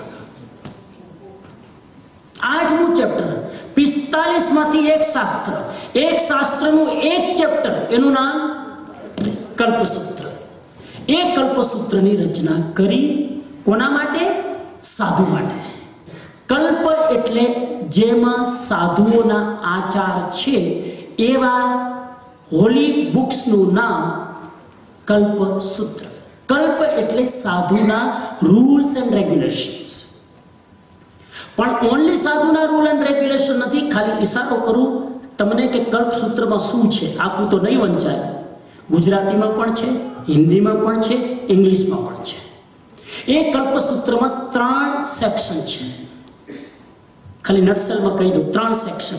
પહેલા સેક્શનની અંદર, કલ્પસૂત્રની અંદર, સૌથી પહેલા સેક્શનની અંદર તીર્થંકરોનું જીવન ચરિત્ર છે. પહેલા સેક્શનમાં શું છે? 24 ભગવાનનું જીવન ચરિત્ર. એમાં પણ 24નું તો વિસ્તારથી કરી ન શકાય, ગ્રંથ મોટો થઈ જાય. મુખ્ય 4 તીર્થંકરનું જીવન ચરિત્ર છે. આદિનાથ ભગવાનનું, શાંતિનાથ ભગવાનનું, પાર્શ્વનાથ ભગવાનનું અને મહાવીર સ્વામીનું. આ 4માંથી પણ સૌથી વધારે વર્ણન મહાવીર સ્વામીનું છે, કેમ કે લેટેસ્ટ આપણા તીર્થંકર. તો પહેલા સેક્શનમાં 24 ભગવાનના નામનો ઉલ્લેખ કરી આ 4 ભગવાનનું જીવન ચરિત્ર આપેલું છે. બીજા સેક્શનની અંદર મહાવીર સ્વામી પછી અત્યાર સુધી જે આચાર્ય થયા, ભદ્રબાહુ સ્વામી સુધી, મહાવીર સ્વામી પછી એ દરેક આચાર્યોની લાઈફ છે. એ કયા કયા આચાર્ય મેં નામ લીધા, તમને યાદ થઈ જ ગયા હશે 100%. મહાવીર સ્વામી પછીની પરંપરા કઈ? મહાવીર સ્વામી પછી કોણ આવ્યું પાટે? ગૌતમ સ્વામી, સુધર્મા સ્વામી. અત્યારે આપણે જે શાસ્ત્રો વાંચીએ છીએ એ કમ્પાઇલ કોણે કર્યા છે? સુધર્મા સ્વામીએ. ઓરિજિનલી એ સુધર્મા સ્વામીના શાસ્ત્રો લિપિબદ્ધ થયા, જે ભદ્રબાહુ સ્વામીએ કામ કર્યું પાટલીપુત્રમાં, વલ્લભીપુરમાં. બરાબર? તો સુધર્મા સ્વામી પછી કોણ આવ્યું? બોલો જરા જોરથી, આવડે ને બોલો. જંબુ સ્વામી. જંબુ સ્વામી. અત્યારે જંબુ સ્વામી ક્યાં છે? મોક્ષમાં. મહાવિદ્ય ક્ષેત્રમાં નહીં, મુક્ત થઈ ગયા જંબુ સ્વામી. અને એવું કહેવાય છે કે આ ભરત ક્ષેત્રમાંથી સૌથી છેલ્લે મોક્ષમાં કોણ ગયું? જંબુ સ્વામી. એના પછી કોઈ મોક્ષમાં ગયું. એટલે એવી એક કિંવદંતી થઈ ગઈ કે જંબુ સ્વામીએ મોક્ષમાં જઈ અને અંદરથી ગોદરેજનું તાળું મારી દીધું. No entry after me. એના પછી કોઈ નથી ગયું. પણ હું તમને વિનંતી કરું, કોઈએ ગોદરેજનું તાળું માર્યું નથી, ત્યાં દરવાજા જ નથી, તાળું ક્યાંથી હોય? પણ આપણે જવું ન હોય એટલે આપણે એક્સક્યુઝ કરી ત્યાં તો તાળું બંધ છે. લે અત્યારે પણ મોક્ષ થઈ શકે કે નહીં? અત્યારે મોક્ષ થઈ શકે. હા, હવે ઘણી વાર ડાયરેક્ટ ફ્લાઇટ ના હોય તો વાયા થઈને જવું પડે. અમારે ઇન્ડિયાથી અમારે શિકાગો જવું હોય તો વાયા ફ્રેન્કફર્ટ, વાયા લંડન, વાયા યુરોપ થઈને જવું પડે. એમ તમારે અત્યારે જો મોક્ષમાં જવું હોય તો વાયા મહાવિદ્ય ક્ષેત્ર, એક બીજું પ્લાનેટ છે. આપણે કયા પ્લાનેટમાં રહીએ છીએ? ભરત ક્ષેત્રમાં. આ ભરત ક્ષેત્ર કહેવાય. હિન્દુસ્તાન અને આ બધા યુરોપિયન અને બધા દેશ ભરત ક્ષેત્ર, જ્યાં 20 તીર્થંકરો અત્યારે વિચરી રહ્યા છે લાઈવલી. એનું નામ છે મહાવિદ્ય ક્ષેત્ર. ત્યાં હંમેશા ફોર્થ આરા જેવી કન્ડિશન હોય છે. ચોથો આરાની સ્થિતિ તમે કાળચક્ર તો ખબર હશે, ક્યારેક લેક્ચર સાંભળ્યું હશે કોઈકનું. ચોથા આરા જેવી સ્થિતિ હોય છે. એટલે ત્યાંથી ગમે ત્યારે મોક્ષમાં જઈ શકાય. અત્યારે તમારે મોક્ષમાં જવું હોય તો વિધિન 15-20 વર્ષમાં તમારો મોક્ષ થાય. બોલો, કરવો છે? અત્યારે આયુષ્ય કેટલું બેન તમારું? આયુષ્ય કેટલું? 68. હવે કેટલા વર્ષ જીવવાનું છે ખબર નથી, પણ તમારી ઈચ્છા કેટલી છે? બરોબર. હા, ઘણું જીવવાનું. કેટલું? બહુ સુખી હોય ને એને જ આ જવાબ મળે, ઘણું જીવવાની જ ઈચ્છા. લે બાકી ઘણા માણસોને પૂછે, માણસ સાહેબ કંટાળે, હવે ભગવાન દોરી ખેંચે ધારું. આ બેનને બહુ પુણ્ય કહેવાય. ઘણું જીવવાની ઈચ્છા, સુખી છે. 68 થયા, માન લો 20 વર્ષ, માન લો, ભગવાનને ખબર. પણ સમજો કે 10 વર્ષનું આયુષ્ય બાકી છે, તો અહીંયાના 10 વર્ષ ગણી લો. ત્યાં જન્મ થયો, ત્યાં 9 વર્ષની ઉંમરમાં તમે દીક્ષા લો, તો 10 ને 9 19. અને દીક્ષા લીધા પછી 2-4 વર્ષમાં ત્યાં 20 તીર્થંકરો છે, 2-4 વર્ષમાં કેવળ જ્ઞાન, એટલે 25 વર્ષમાં સીધા મોક્ષ. આટલું ઇઝી છે મોક્ષ. બોલો, એટલે ખોટી વાતો ન કરો કે મારે એનો મોક્ષ. ઘણા મને એક જ પ્રશ્ન પૂછે, આ 30 કન્ટ્રીમાં ફર્યો, મારા સાહેબ 5મા આરામ મોક્ષ કેમ નથી થતો? એટલે હું સીધો પૂછું, તારે જવું છે? જાવું બહુ નથી તો પછી તું બેસને ચૂપચાપ તારે. આપણી યોગ્યતા તો હોય નહીં ને. પ્રશ્નો એવા પૂછે, મોક્ષ કેમ નથી, 5મા આરામ આમ કેમ નથી? પેલા તું કમસે કમ સંસારની માયાજાળથી તો મુક્ત થા. મોક્ષની વાત તો પછી રહી. તો એ ભદ્રબાહુ સ્વામી, હું જરાક બહુ સંયમ રાખીશ મારે બોલવાનું આજે. એ ભદ્રબાહુ સ્વામીએ કલ્પસૂત્ર લખ્યું, જેમાં બીજા વિભાગમાં જંબુ સ્વામી પછી જંબુ સ્વામીને ત્યાં ચોરી કરવા કોણ ગયું હતું? પ્રભવ ચોર ચોરી કરવા ગયો હતો. આ એક સ્ટોરી સાંભળો, તમારા આમ રોંગટા ઊભા થઈ જાય. 500 ચોરને લઈને જંબુ સ્વામીના મહેલમાં ચોરી કરવા ગયો. એને ખબર હતી કે આજે રાત્રિના એના લગ્ન થવાના છે, 8 કન્યાઓ સાથે કેટલું દહેજ આવવાનું છે, અને હું હડપી લઉં. ચોરી કરવા જાય છે અને જંબુ સ્વામી 8 કન્યાઓ સાથે ડાયલોગ કરે છે. પહેલી રાત્રિએ મેરેજની ડાયલોગ કરે છે. જંબુ સ્વામી સમજાવે છે સંસાર કેટલો બેકાર છે, અને 8 કન્યાઓ સમજાવે છે કે સંસારના ભોગ ભોગવી લો, ફરી મનુષ્ય જન્મ મળશે ત્યારે આત્માનું કલ્યાણ કરજો. આવો જન્મ વારંવાર નહીં મળે. ના 2 અર્થ થાય. ગઈકાલે એ તો તમે સાંભળતા હતા એટલે તમે હબળો અર્થ કર્યો. આવો જન્મ વારંવાર નહીં મળે, 2 અર્થ થાય. આ યુરોપના કન્ટ્રીમાં તમે જીવો છો એટલે કહું, અહીંયા ક્રિશ્ચિયાનિટીનું જોર બહુ છે ને. ક્રિશ્ચિયાનિટી કહે છે કે there is only one life, right? Jesus ક્રાઇસ્ટે કીધું કે જે કંઈ કરવું હોય આ લાઈફમાં કરી લો, આવી જિંદગી મળશે. જીસસ ક્રાઇસ્ટ નો there is next life. Jesus Christ no there is past life. Remember me well. Jesus ક્રાઇસ્ટે કીધું સમાજને કે આ જિંદગી વેલ્યુએબલ છે, જે કરવું એ કરી લો, આવી જિંદગી નહીં મળે. લોકોએ શું અર્થ કર્યો? આ જિંદગી બહુ કિંમતી છે, વારંવાર નહીં મળે, ભોગવી લો, ખાઈ લો, મજા કરી લો, વારંવાર નહીં મળે. એનો અર્થ આવો કર્યો. એટલે વેસ્ટર્ન કન્ટ્રી બીકમ ફાસ્ટર. કેમ કે એક જ જન્મમાં બધું કરવાનું છે, એક જ જન્મમાં બધું ભોગવી લેવાનું છે, એટલે દોડો, સ્પીડ વધી ગઈ.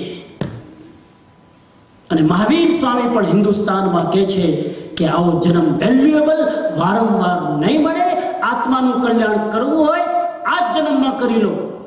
તો ઇન્ડિયાના લોકોએ શું અર્થ લીધો? આવો જન્મ વારંવાર. ઇન્ડિયામાં ભગવાને કીધું જન્મો અનંત લેવાના છે, અનંત જન્મો છે, મનુષ્ય જીવન દુર્લભ છે, બાકી તો અનંત જન્મો કરવાના છે. તો લોકોએ શું અર્થ કર્યો?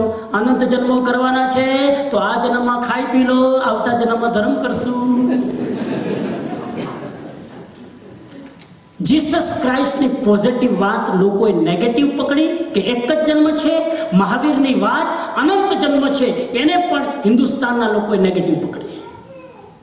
અનંત જન્મ છે એ બીજી યોનિઓમાં ભટકવા માટે આ જીવન દુર્લભ છે. પણ લોકોએ શું કીધું? અનંત જન્મો છે ને તો ધર્મ પછી કરશું, શાંતિ રાખો.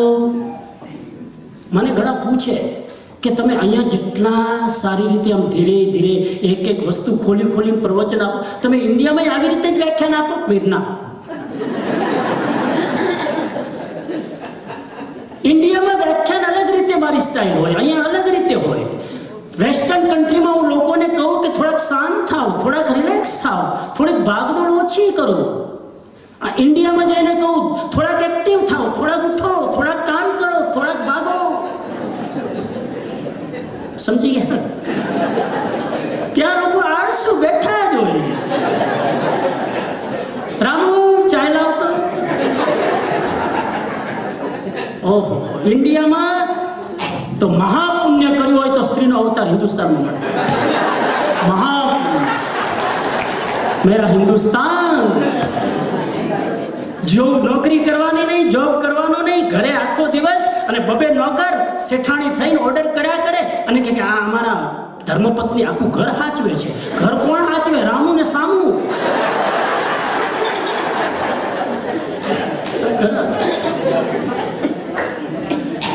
ઇન્ડિયામાં રામુ વગર ના ચાલે. સાંભળો મારા ભાઈ બહેનો, એક છે ને એક પતિ પત્ની ઘરમાં હતા તો હસબન્ડે કીધું, એની વાઈફ રોટલી બનાવતી હતી, એની વાઈફ રસોડામાં રોટલી બનાવતી હતી. હસબન્ડે કીધું કે હું 10 દિવસ બેલ્જિયમ જાઉં છું બિઝનેસ માટે. વાઈફ રોટલી બનાવતી હતી તો જાઓ ને, કોણ ના આરામથી આવજો, ઉતાવળ ના. સાંભળજો, એ પત્નીએ એના હસબન્ડની સામે મોઢું ઊંચું કરીને જોયું. 3 દિવસ થયા અને પેલો રામુ કે મેડમ 3 દિવસ રજા જોશે. હે કે તને ખબર છે તારા વગર આ ઘરમાં 1 દિવસ ના ચાલે, જલ્દી આવજે પાછો.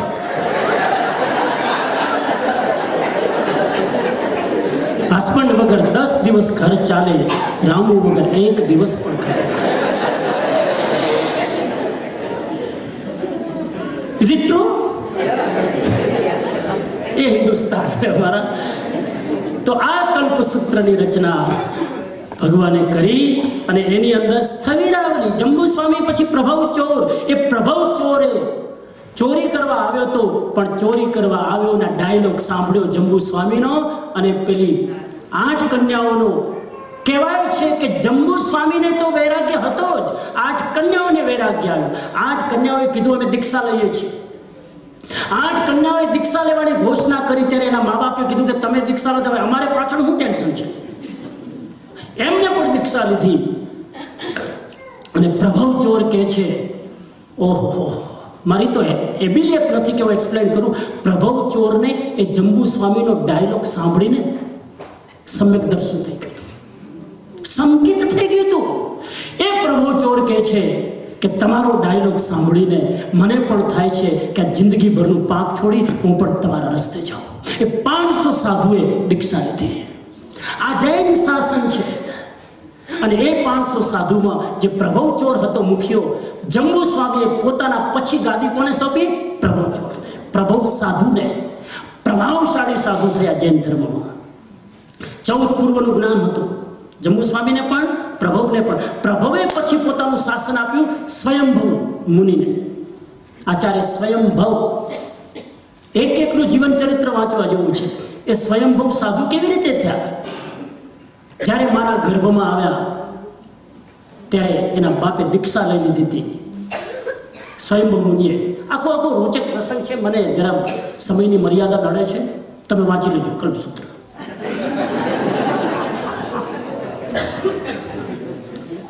મારે બોલવું છે પણ નથી બોલવું. એ આખો રોચક પ્રસંગ. અને એ સ્વયંભવ પછી ગાદી ઉપર આવ્યા અને એમ કરતા કરતા પછી હેમચંદ્રાચાર્ય આવ્યા, પછી હરિભદ્ર સુરી આવ્યા, પછી ભદ્રબાહુ સ્વામી આવ્યા. તુરંત એક આચાર્યનું જીવન ચરિત્ર તમે વાંચો. આજના આ નોવેલ ને આજના આ કચરા મેગેઝિન વાંચવાનું બંધ થઈ જાય. હેમચંદ્રાચાર્ય 8 વર્ષની ઉંમરમાં દીક્ષા લીધી. કેટલી વર્ષમાં? 8 વર્ષ. મને ભાઈ પ્રશ્ન પૂછતા હતા ને રવિવારે, બાળ દીક્ષા. જેટલા સાધુઓ હિન્દુસ્તાનના જૈન ધર્મમાં ચમકતા સિતારા થયા છે, બધાએ બચપનમાં દીક્ષા લીધી. 8 વર્ષની ઉંમરમાં. શાસ્ત્રની વિધિ પ્રમાણે 8 વર્ષની ઉંમરમાં કોઈને પણ દીક્ષા આપી શકાય. મહાવીરનું વચન છે.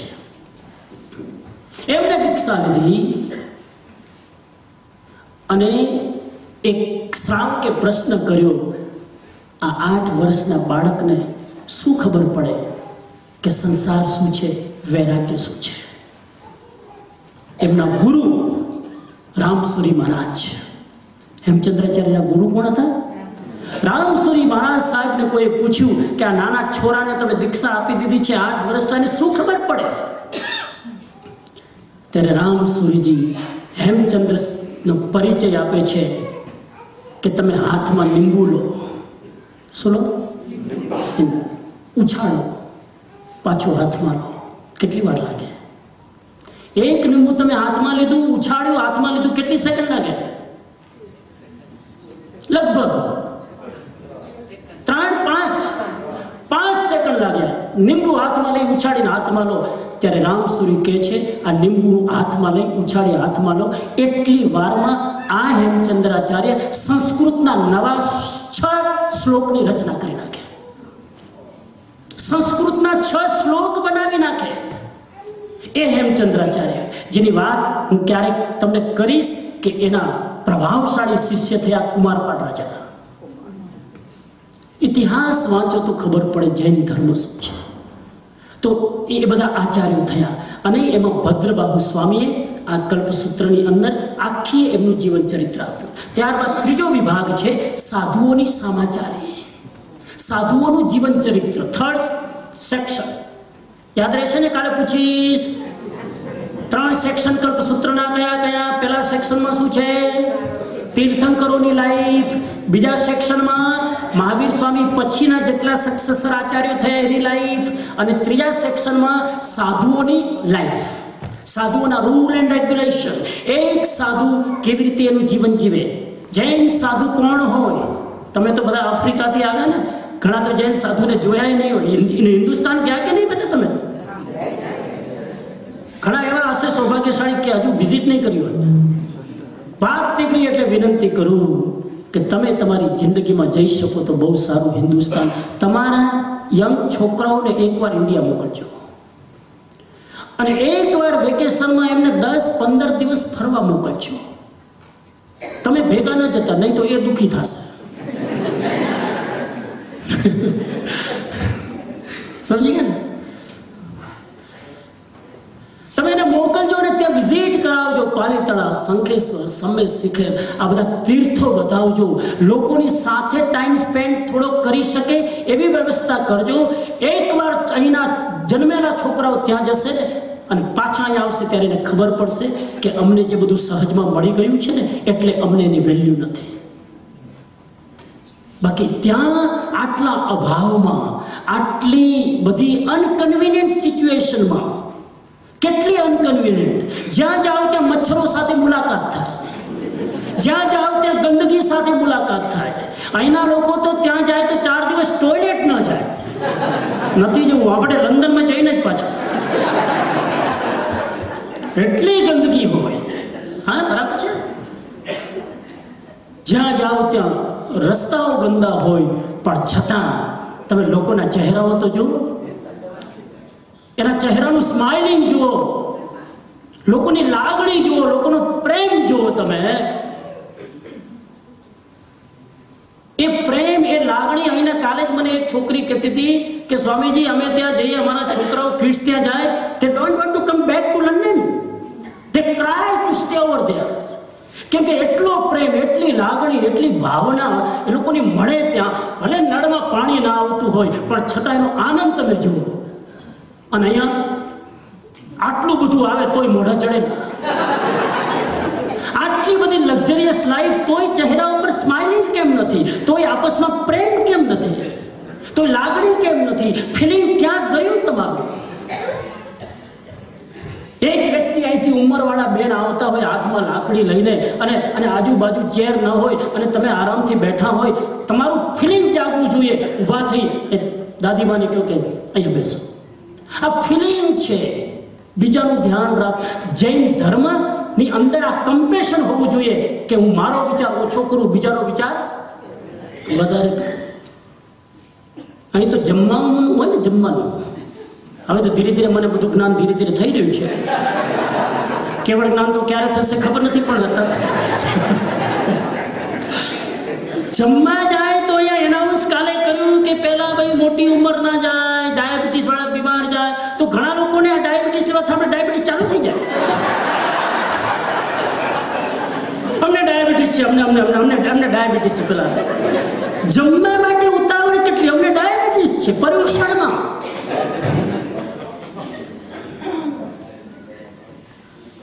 એટલે પછી ધીરુભાઈ આમના જેવા હોય તો કે તો પછી ઘરેથી બિસ્કિટ લઈને નથી આવતા? થોડીક બિસ્કિટ લઈને આવો સાથે, થોડીક બિસ્કિટ લાવો.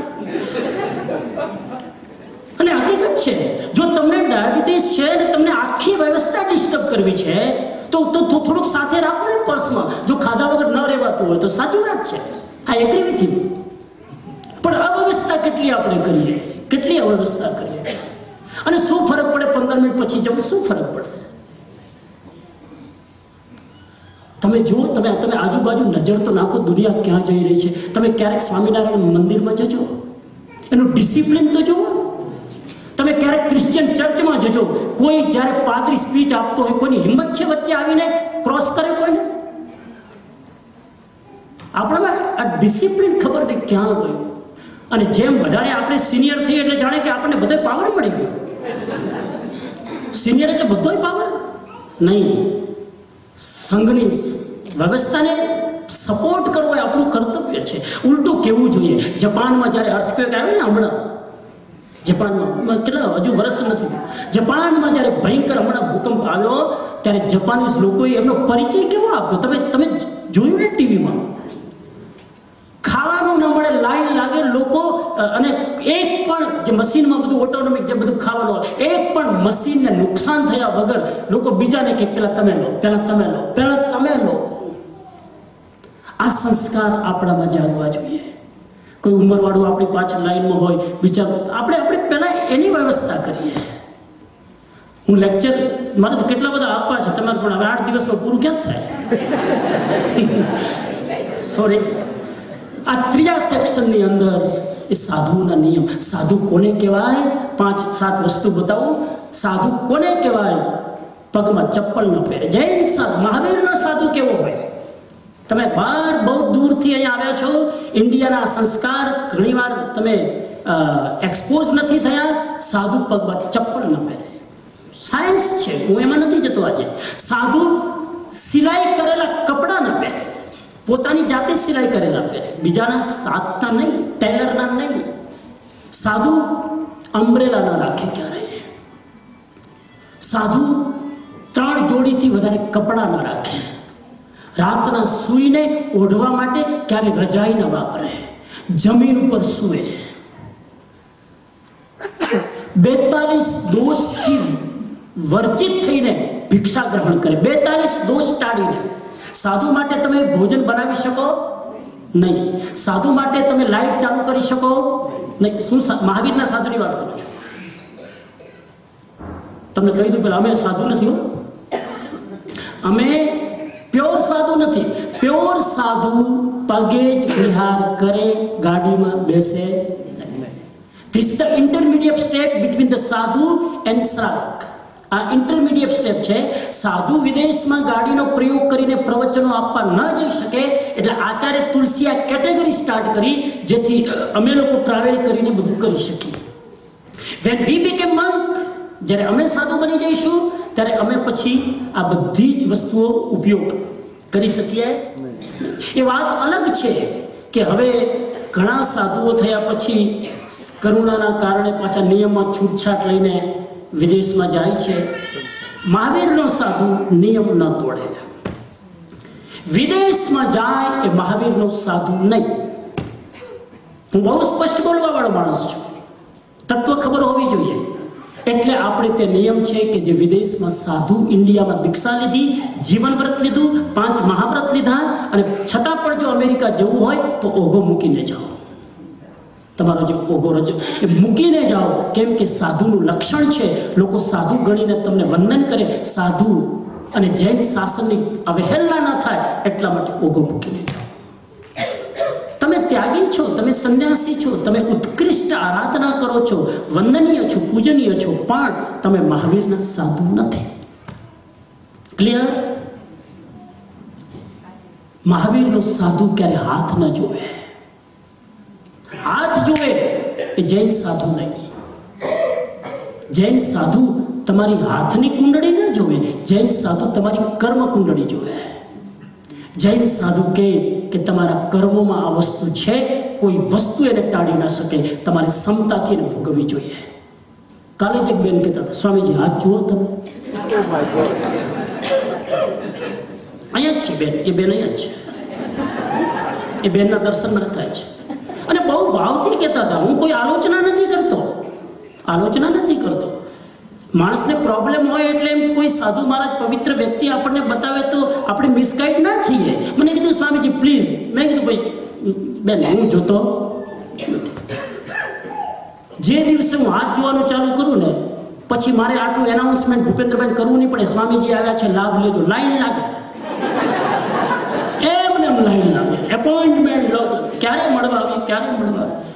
પછી ઘરે બોલાવે. મેં મલેશિયામાં લેક્ચર આપ્યા વાસ્તુ ઉપર, વાસ્તુશાસ્ત્ર. શું કહે? ફેન્સી. હા, મેં મલેશિયામાં 5 દિવસ વાસ્તુશાસ્ત્રો પર પ્રવચન આપ્યા હતા કે ઘરમાં કઈ વસ્તુ કેવી રીતે બધું હોવું જોઈએ એનું જ્ઞાન છે થોડું ઘણું. મેં લેક્ચર આપ્યા તો એટલી બધી પધરામણી કરવા મારે જવું પડે. મારા ઘરે ગોચરી તો ખાસ કરવાની. મારી ભાવના શું મને ખબર છે. તમારે બધી ઘરની સિસ્ટમ ચેક કરાવી છે મારી પાસે. ઘરે જાય એટલે આપણને પેલું શું કહેવાય ટેમ્પટેશન આપે. પેલા ગોચરી કરાવે, કાજુ બધા બધું ઓરાવે. અમને સમજી ગયા હમણાં પાછળ કંઈક આવે જ છે, હમણાં પાછળ આવે છે. એ બધું કરાવે. સ્વામીજી જરાક છો તો જરાક જોઈ લો. એટલે અમે હવે 10 કાજુ ખાધા એટલે ટેક્સ તો ચૂકવવા જ પડે.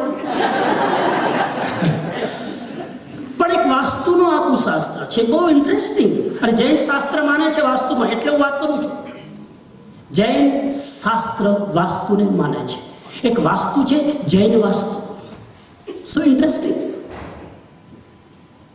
એના ઘણા બધા નિયમ છે, એમાં અત્યારે નથી જતો. એમાં એટલો નિયમ યાદ રાખો, હંમેશા તમે બેસો ત્યારે તમારું મોઢું યા તો ઉત્તરમાં રાખવાનું અથવા પૂર્વમાં રાખવાનું.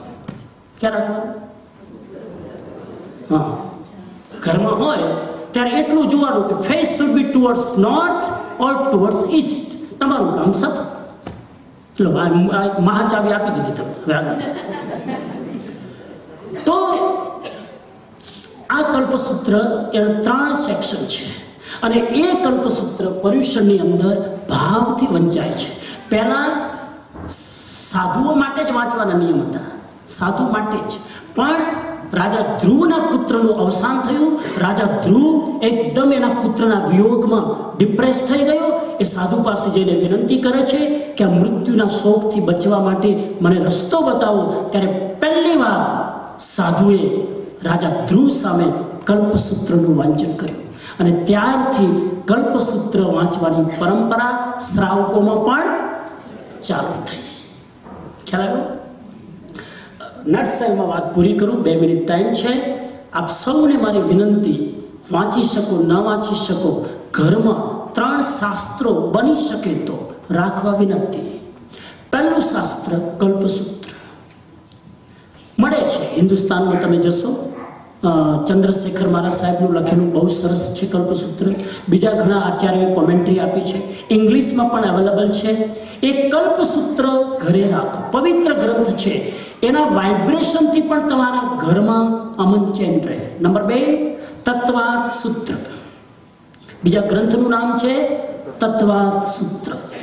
આ ગ્રંથ એક જ, આમ તો 45 આગમ છે, કોણ વાંચશે? એક જ ગ્રંથમાં 45 આગમનો સાર, એનું નામ તત્વાર્થ સૂત્ર. એ તત્વાર્થ સૂત્રની રચના કરી આચાર્ય ઉમા સ્વાતિએ મહાવીર સ્વામીના 400 વર્ષ પછી. એમાં સૂત્રો છે, ખાલી નાના નાના સૂત્રો. સમ્યક દર્શન જ્ઞાન ચારિત્રાણી મોક્ષ માર્ગ, તત્વાર્થ શ્રદ્ધાનામ સમ્યક દર્શનમ, આવા નાના નાના સૂત્રો એ ઘરમાં રાખજો. વાંચવાની કોશિશ કરજો, સમજાશે નહીં. કેમ કે આ ગ્રંથ બધા જ ગુરુગમ છે. ગુરુ એના ઉપર વાંચના આપે, પ્રવચન આપે તો જ સમજી શકાય. કેમ કે બ્રીફ છે, એનો વિસ્તાર નથી, સૂત્ર છે. તો જો બહુ તમારું ઇન્ટેલિજન્ટ માઇન્ડ હોય તો તમે એની ડેપ્થમાં જઈ શકો, બાકી કોઈ એની એક્સપ્લેનેશન કરવા વાળું હોય તો એ સમજી. પણ પવિત્ર ગ્રંથ છે. શ્વેતાંબર, દિગંબર, સ્થાનકવાસી, દેરાવાસી, તેરાપંથી બધાને માન્ય છે તત્વાર્થ સૂત્ર, પવિત્ર ગ્રંથ. અને ત્રીજો ગ્રંથ છે સમણ સુત્તમ. સમણ સુત્તમ, સુત્તમ પ્રાકૃતમાં, સમણ સૂત્ર, સમણ સુત્તમ ઇંગ્લિશમાં છે, ગુજરાતીમાં છે, પ્રાકૃતમાં છે. ઓરિજિનલ ભગવાનની વાણી પ્રાકૃતમાં છે. આખાય 45 આગમમાંથી સારા સારા શ્લોકો જે બધા પંથોને માન્ય છે એ કમ્પાઇલ કરી ઇંગ્લિશ ગુજરાતીમાં આખું એ લગભગ 1800 ગ્રંથનો શ્લોક છે, ગ્રંથ છે. 800 શ્લોક છે એના મિનિંગ સાથે. Very interesting. ઇંગ્લિશમાં પણ એનું એક્સપ્લેનેશન છે. બહુ સરસ. આ 3 એ સમણ સુત્તમ ગ્રંથ જ્યારે 25મી મહાવીર નિર્વાણ જયંતિ હતી ત્યારે દિલ્હીની અંદર બધા જ જૈન આચાર્યો ભેગા થયા હતા. ત્યારે વિનોબા ભાવે, નામ સાંભળ્યું? વિનોબા ભાવે જૈન આચાર્યોને વિનંતી કરી કે ક્રિશ્ચનમાં બાઇબલ છે, મુસ્લિમમાં કુરાન છે, બુદ્ધમાં ધમ્મપદ છે, તો જૈનમાં 45 આગમો કોણ વાંચશે? એક ગ્રંથ કમ્પાઇલ કરો. અને એ ગ્રંથનું નામ પડ્યું સમણ સુત્તમ, 45 શાસ્ત્રોનો સાર. તો આ 3 ગ્રંથો ખાસ આપણા હિસ્ટોરિકલ છે, પવિત્ર ગ્રંથો છે, પ્રાચીન ગ્રંથો છે. અને ક્યારેક તમારા ઘરે કે ક્યારેક અહીંયા કોઈ પધારે જ્ઞાની, તમે એ સમજવાની કોશિશ કરજો તો અવશ્ય તમને લાભ થશે.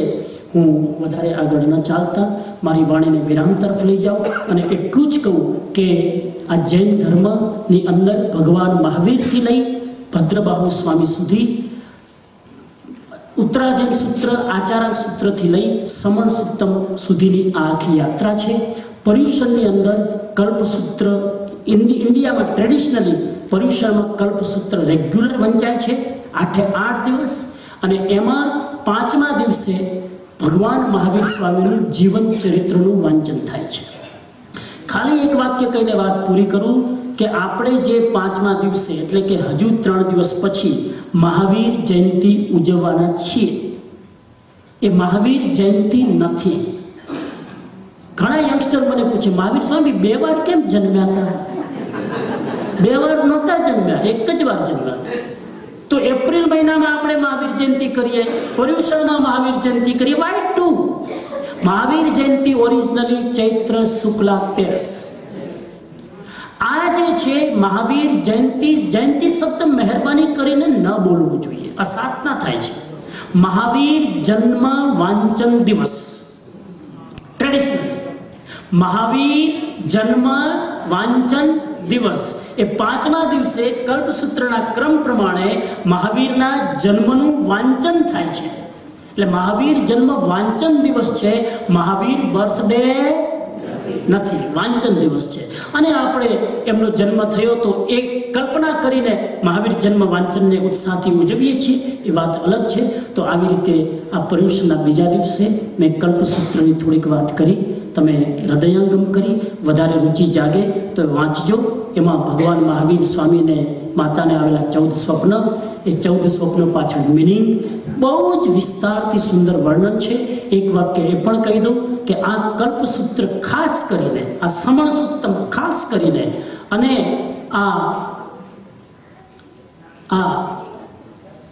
બોલો તત્વાર સૂત્ર ખાસ કરીને પ્રેગ્નન્ટ વુમન હોય ને એને વાંચવા જેવું છે. કલ્પસૂત્ર ખાસ પ્રેગ્નન્ટ વુમન વાંચ્યા મહાપુરુષોનું 24 ભગવાનનું જીવન ચરિત્ર, તો આવનાર બાળક એટલો જ પરાક્રમી, એટલો જ સુરવીર બની શકે. એટલા માટે ઘણા બહેનો પૂછે કે પ્રેગ્નન્ટ હોય ત્યારે શું આચાર વિચાર, શું વાંચવું જોઈએ. આવા ગ્રંથો પરાક્રમી, આવી સ્ટોરી જો આપણે સાહસી પુરુષોની વાંચીએ તો આપણા બાળકમાં એ સૌરવીરના બધા ગુણો આવી શકે. એ તરફ આપણે પ્રગતિ કરી, પર્યુષણની આરાધના કરીએ એ ભાવ સાથે. ઓમ શાંતિ શાંતિ.